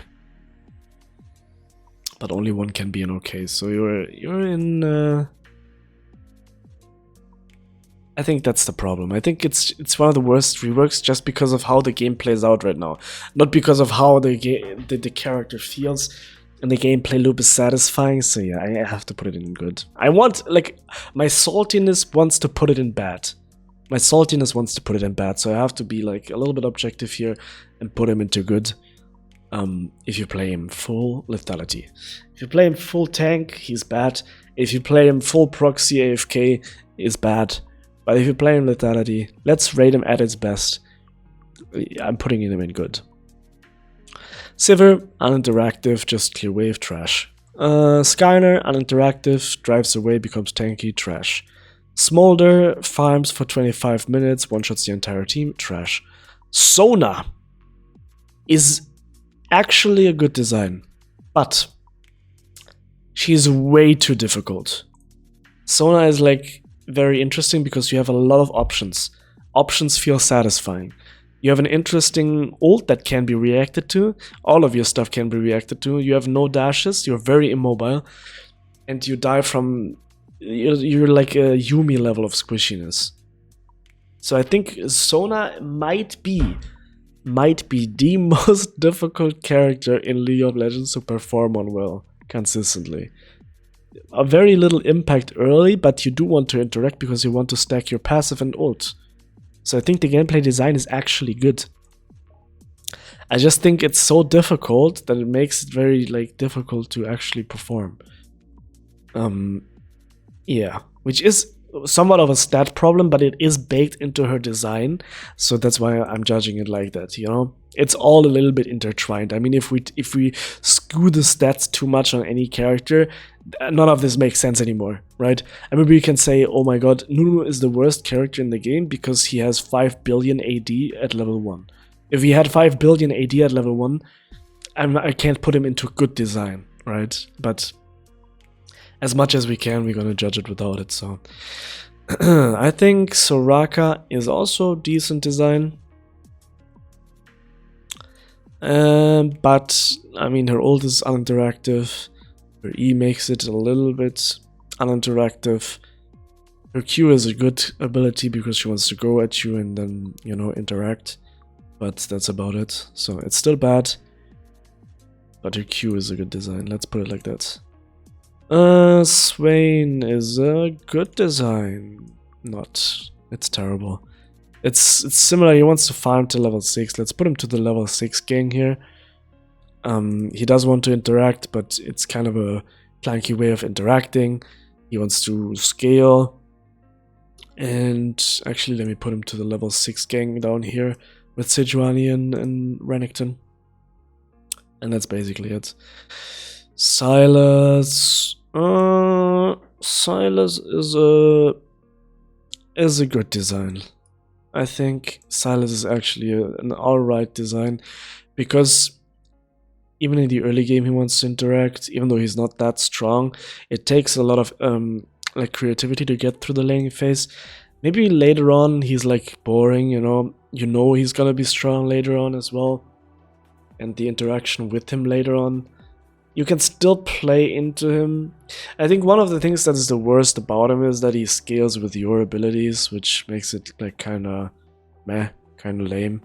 Makes it a little bit uninteractive, but it is what it is. Pretty alright. Syndra, pretty bad design as well. I mean, she just wants to farm, get her stacks. None of her combos feel satisfying. Her combos are just like, nope, you don't interact with me now. I want to farm. And then she just presses ult, and yeah, it's boring. Pretty boring. I guess I can put it to the mage gang over here. Very boring. Tahm Kench, I mean, you already know. It's a Great design. I think, I mean, I'm gonna be honest.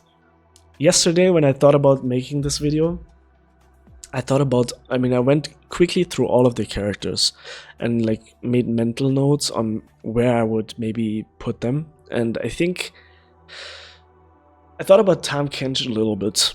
And here's the thing with Tahm Kench. Of course, at his peak with stats, he feels very uninteractive to play into because it's just too many stats. And then he gets a double health bar and blah blah blah, all of this stuff. Very unfun in that regard, but I think since the rework, Tahm Kench has actually become a very, very interesting character. Like, he constantly wants to interact with you to, like, maybe with grass brocks or just to heal with his, like, Q. He wants to jump on you with his W, get in there, because he has the health on his E. He can fight you, which means he wants to fight you, which means he interacts with you. But he's still a somewhat immobile tank, so you can still kite him, you can still interact back, his Q can be dodged. His ult is also interesting, because, I mean, that is maybe the most uninteractive part, I guess, if he ults you into turret. But it's also funny. It's also satisfying to pull off, and it can be, you know, it's not like he can just ult you out of nothing. He needs 3 stacks. And that's why I think it's not peak, but it's really great design. It's really good, actually. And I think it's surprising. It surprised me yesterday when I thought about, if I think about a tank that is interactive, which has, like, you can interact with it on the other side and all of these kind of things, I think the only thing that makes him, like, unintuitively great is that usually his stats are a little bit off, or he gets, like, overlooked by Riot, and then there's, like, a new item which makes him broken or something. Then it feels unfair to play into him because he's so tanky and strong in like, just brawling people.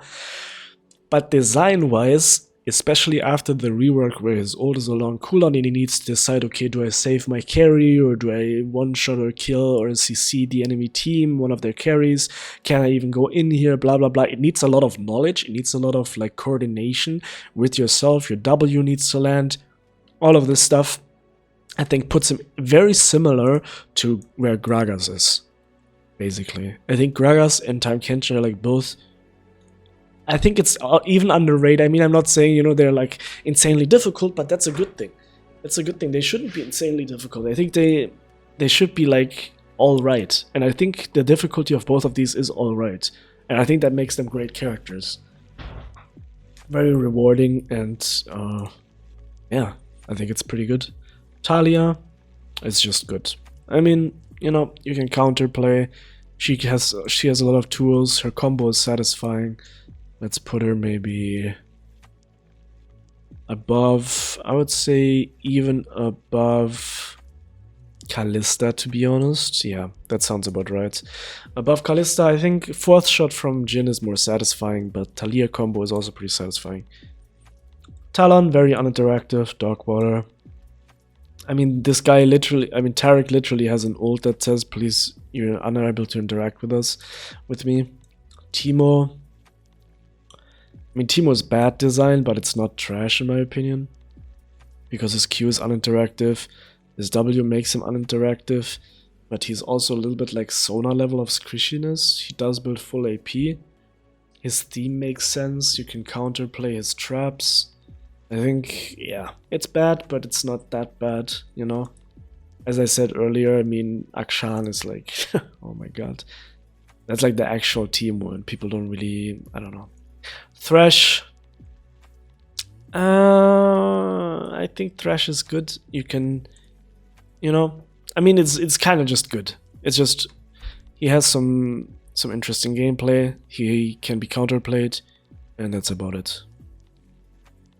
It's like smooth, feels smooth still. He's not too difficult to execute, even though in the early days it was, but right now it's not anymore. Tristana is kinda bad. I'ma keep it a $150. I mean, we've seen the mid lane Tristana. It was super uninteractive. And I think in general Tristana is kind of an uninteractive character. Because of her W, you can buffer everything, so I don't know. I think it's similar to Ezreal. Similar to Ezreal. It's just because AD carries. I mean, you know, it's the same thing again. You know, AD carry champions. Design-wise, there's some interesting stuff here, but AD carries have cried so much. Most of the characters are just ruined. It is what it is. Tryndamere, uninteractive, boring to play into, boring to play. It's just trash. Twisted Fate, uninteractive trash. Let's put him to his buddy here. You know, they can both be uninteractive losers who don't really play the game. Nobody wants to fight. None of these want to fight before they are too broken to be fought. Insane Peel, Insane CC. I mean, it's just his gold card makes him uninteractive, his ult makes him uninteractive, his Q makes him uninteractive. It's just trash. It's trash character design. I'm sorry, you know. It is what it is. Twitch, surprisingly good. I think Twitch is a good design. And let me tell you why, because his uninteractiveness is telegraphed. It's like one of the few AD carries where I would say actually good designed. You have the invisibility to get what AD carries want, which is the positioning. So you have one time where you're allowed to position yourself freely in a game as an AD carry, which is great for AD carries. Then you have the range from your ult, which is what, you know, again, you have. It's not like an AD carry that will ever like one-shot you in a way. I know there was like this toxic jungle Twitch playstyle at some point that was pretty uninteractive because he would just red buff Q into lane, but that's not a thing anymore. So I think right now, actually good design. AP Twitch is actually fun. I think, I don't know what it is. I don't even play Twitch myself, but I feel like right now if I play with or against Twitch, first of all, it doesn't feel unfair. Second of all, if they are popping off, I feel like they deserved it because the character is not like straight up broken anymore or whatever. It's not like Evelyn where it's permanently invisible, so you can actually play around the invisibility. If he pops out of invisibility, there is still counterplay because it's an AD carry, so he has auto attacks. He needs to auto attack you like 3 times or something before it actually matters. So in that window of time, you can counterplay him. When he's strong enough though, and positions well enough, he can also just one-shot 5 people, so his ult is super satisfying to play and to use. So I think Twitch is actually a good AD carry design. That's my idea. We have Udyr, very uninteractive, runs away, clears wave, boring. We have Urgot. I mean, Urgot is just bad. I think he's not trash, but is also kind of uninteractive, I guess. Yeah, his range is too short, and his Q is not interactive enough. If he interacts, it's like an all-in, right? So it's kind of boring, I feel like. Maybe it's like, yeah, Evelyn and Darius type of situation here. Varus.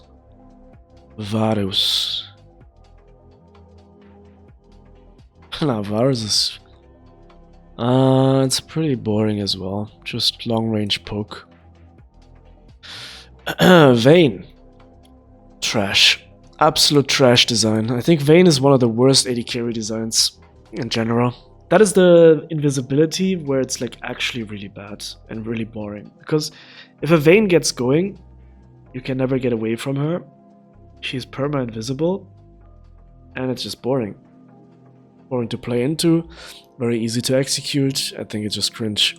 I think AD carry is one of these examples. Like Vayne is a good example of what is wrong with the perception of AD carries thinking about what how a champion should be designed. And Twitch is a good example. You know, that's my type of thingy. Veigar complete trash, AFK gameplay. Vel'Koz, surprisingly good, whereas Lux, pretty similar to Lux in my opinion. It's rewarding to play, has counterplay, still like a control mage. I think Vel'Koz is pretty good. Nothing too crazy to say. Same for Vex. I think one of the good things about Vex as well is that it provides like a counter to the meta of 10 billion dashes in a way, right? If there's like too many dashes in the game, you just pick Vex. And it's like, I think filling that design space is very important for League of Legends in general, and it has kept power creep a little bit lower than it should have been, which is pretty nice in my opinion. Vi is meh, unstoppable ult, kinda uninteractive. She does want to fight, but usually after level 6 only.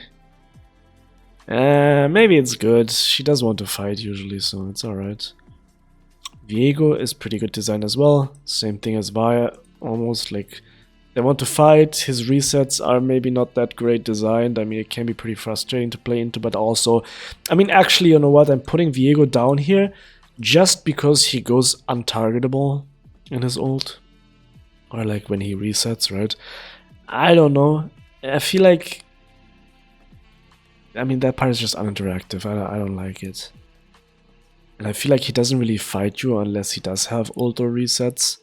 So it's not as bad as Master Yi, but it's almost in that direction of Master Yi. So is it fun to play? For sure. Is it fun to combo? For sure. Is it fun to reset? For sure. Is it clunky? A little bit. I think his passive is a little bit clunky. Yeah, difficult to rate Viego. I think, I mean, I like him personally as a character. I like him a lot. Like, it's really fun to play. But in the grand scheme of how he interacts in League of Legends, I think I put him in good still. I think I put him in good. He's not as bad as these people here. Yeah, I think it's good. I think it's interesting design. Alright, Victor, absolute trash. I don't know why they reworked him into like being even more stupid than he was before. Like, I think Victor E range is just too high. That's what it is. Just make his E range like start at his feet. Laser start at his feet. You know, he shoots out a laser from his feet into a direction and you're good to go. Why does it have to start at the other side of the map and then continue to do a 360 no scope? I don't know. I think Victor E breaks this character, and it's very, very, very bad game design. Almost into the last tier, but yeah, not fully. Vladimir also doesn't want to interact, wants to get level 6. Similar to Corki, I think he needs a rework. He's just failed design. Volibear is similar to... Where would I put Volibear? I think Volibear is more interactive, actually. Maybe Silence type of thing? I don't know. I mean, Volibear wants to jump on you and interact. He's not too broken in a way. Like, his abilities are very telegraphed. It is a point-and-click stun, so it's not like a lot of creativity can be used here. But I think it's decent. I think it's alright. I think it's good. Good design. With his E, I mean, especially rework-wise, the old thing, yeah, I think it's alright. I think it's alright. Not amazing, not terrible. Warwick, uninteractive, healing and stuff, you know, very boring. Wukong, pretty bad, similar to Shen, where it's not like the worst thing in the world, but he is pretty uninteractive. He's just gonna be invisible and then knock you up. Like, it's pretty lame, you know. Xayah.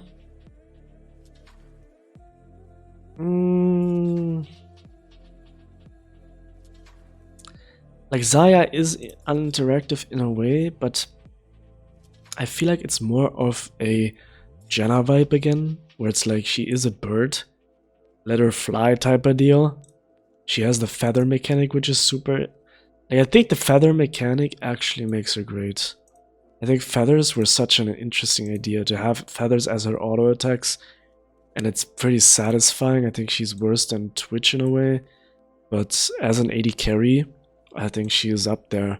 I think it's a very cool, interesting design, telegraphed gameplay, but can still be creative with it. I think that's insanely good. Yeah, really good design. Xayah. Xerath, I mean, uninteractive trash, 5000 range, doesn't want to do anything. Xin Zhao, More like Wukong. He is better. He is better. Huh. Actually, let me put him up here. He's almost okay because he wants to jump in, you know. Nothing too special though. He's too easy. Too simple. Yasuo, you know, I think actually Yasuo is a good design. I think Yasuo is actually a good design. And the reason for that is because he has to go in to farm. He has to trade with you to farm even. If it's top lane or mid lane, doesn't matter. He has to go in order to farm. So it makes for interesting situations. Of course, his wind wall can be annoying, but I mean, that's the whole point, you know. He has to have that wind wall, otherwise he can't even play the game properly.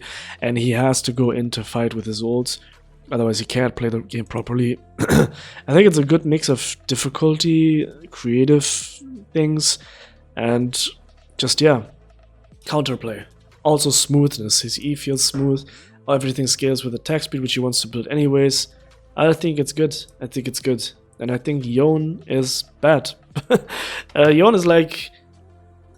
Yeah, I mean, Yone is basically what Yasuo was complained about. Yone with his E just becomes uninteractive. And it's not even fun to play into him because, I mean, it is very telegraphed, but it's just so uninteractive. It's just Q3, E, Q3 ult, and then W and go out. It's just so boring. It's bad. I don't know. It's not even like I don't think it's that I don't think it's that difficult to play. Yeah, I think Yone is kind of a bad design in that way. Yorick as well, just split push, uninteractive, boring. Yuumi. I mean, Yuumi is the thing with Yuumi. Here's the thing.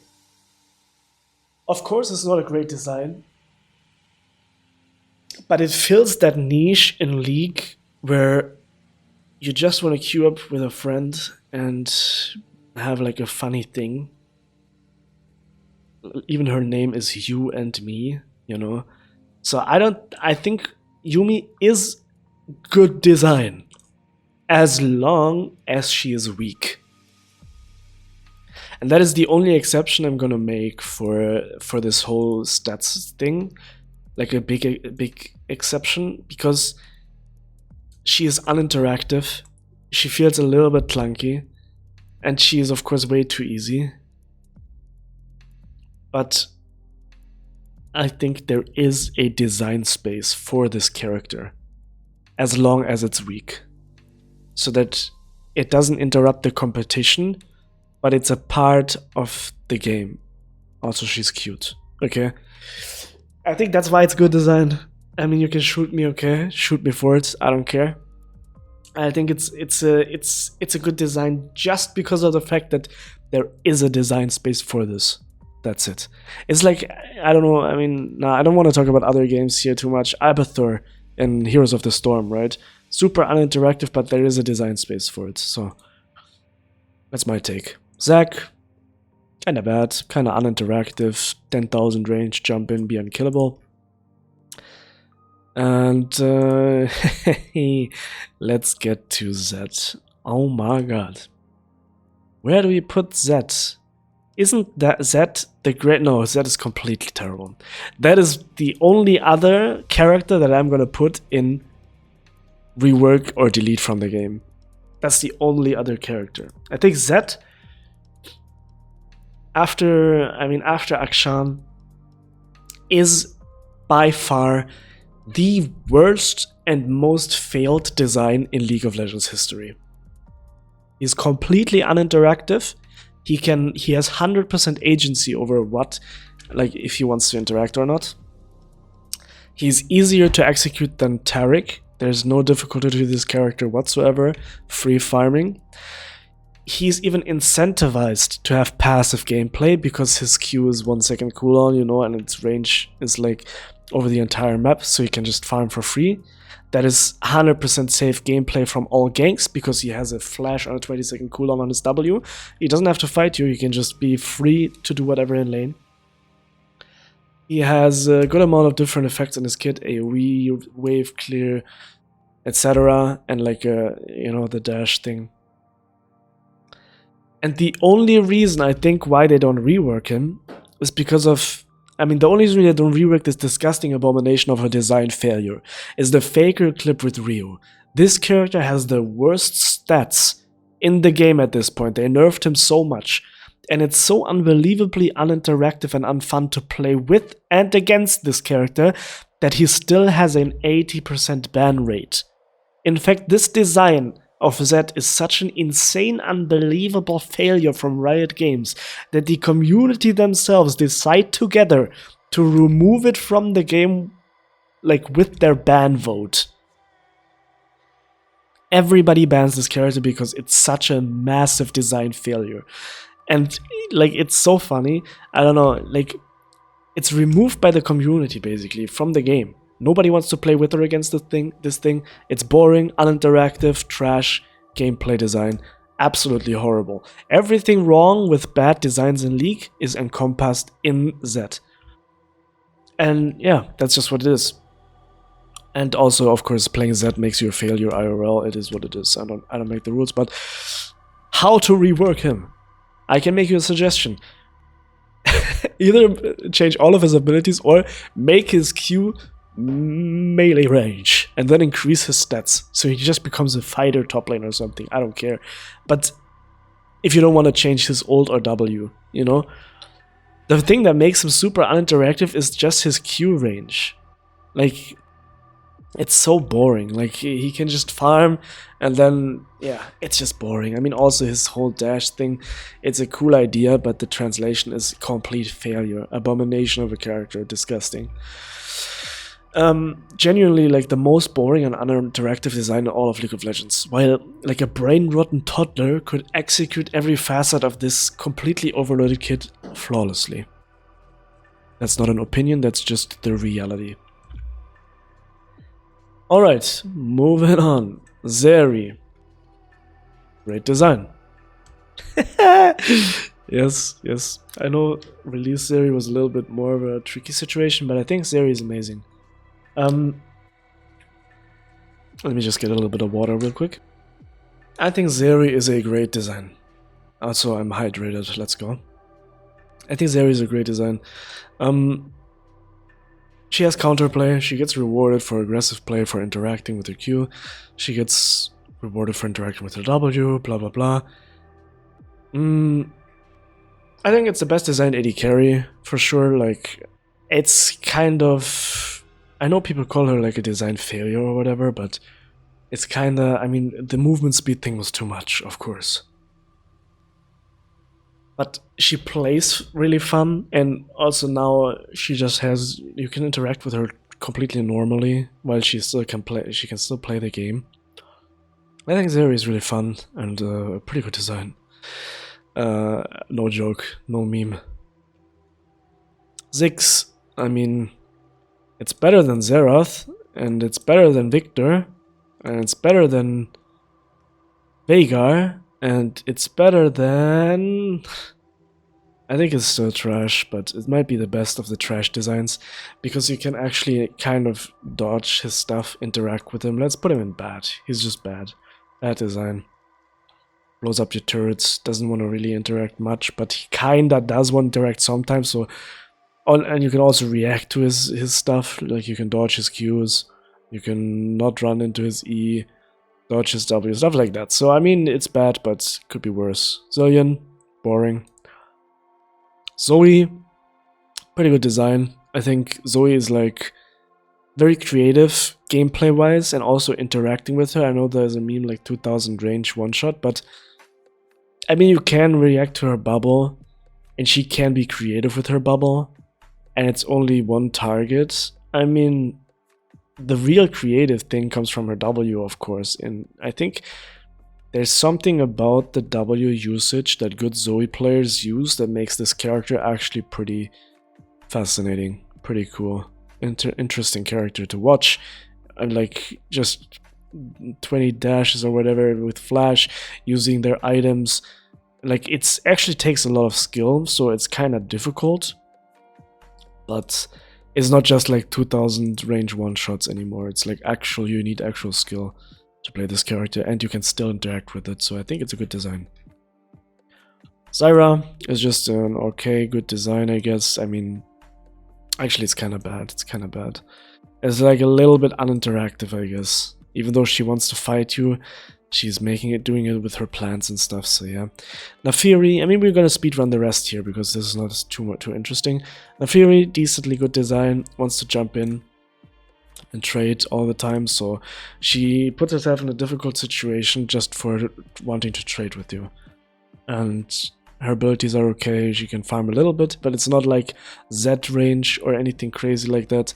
She doesn't have insane dashes to be completely safe after every trade, and that's why I think Naafiri is pretty decent design. Mordekaiser is... I didn't even think about Mordekaiser. Let me think.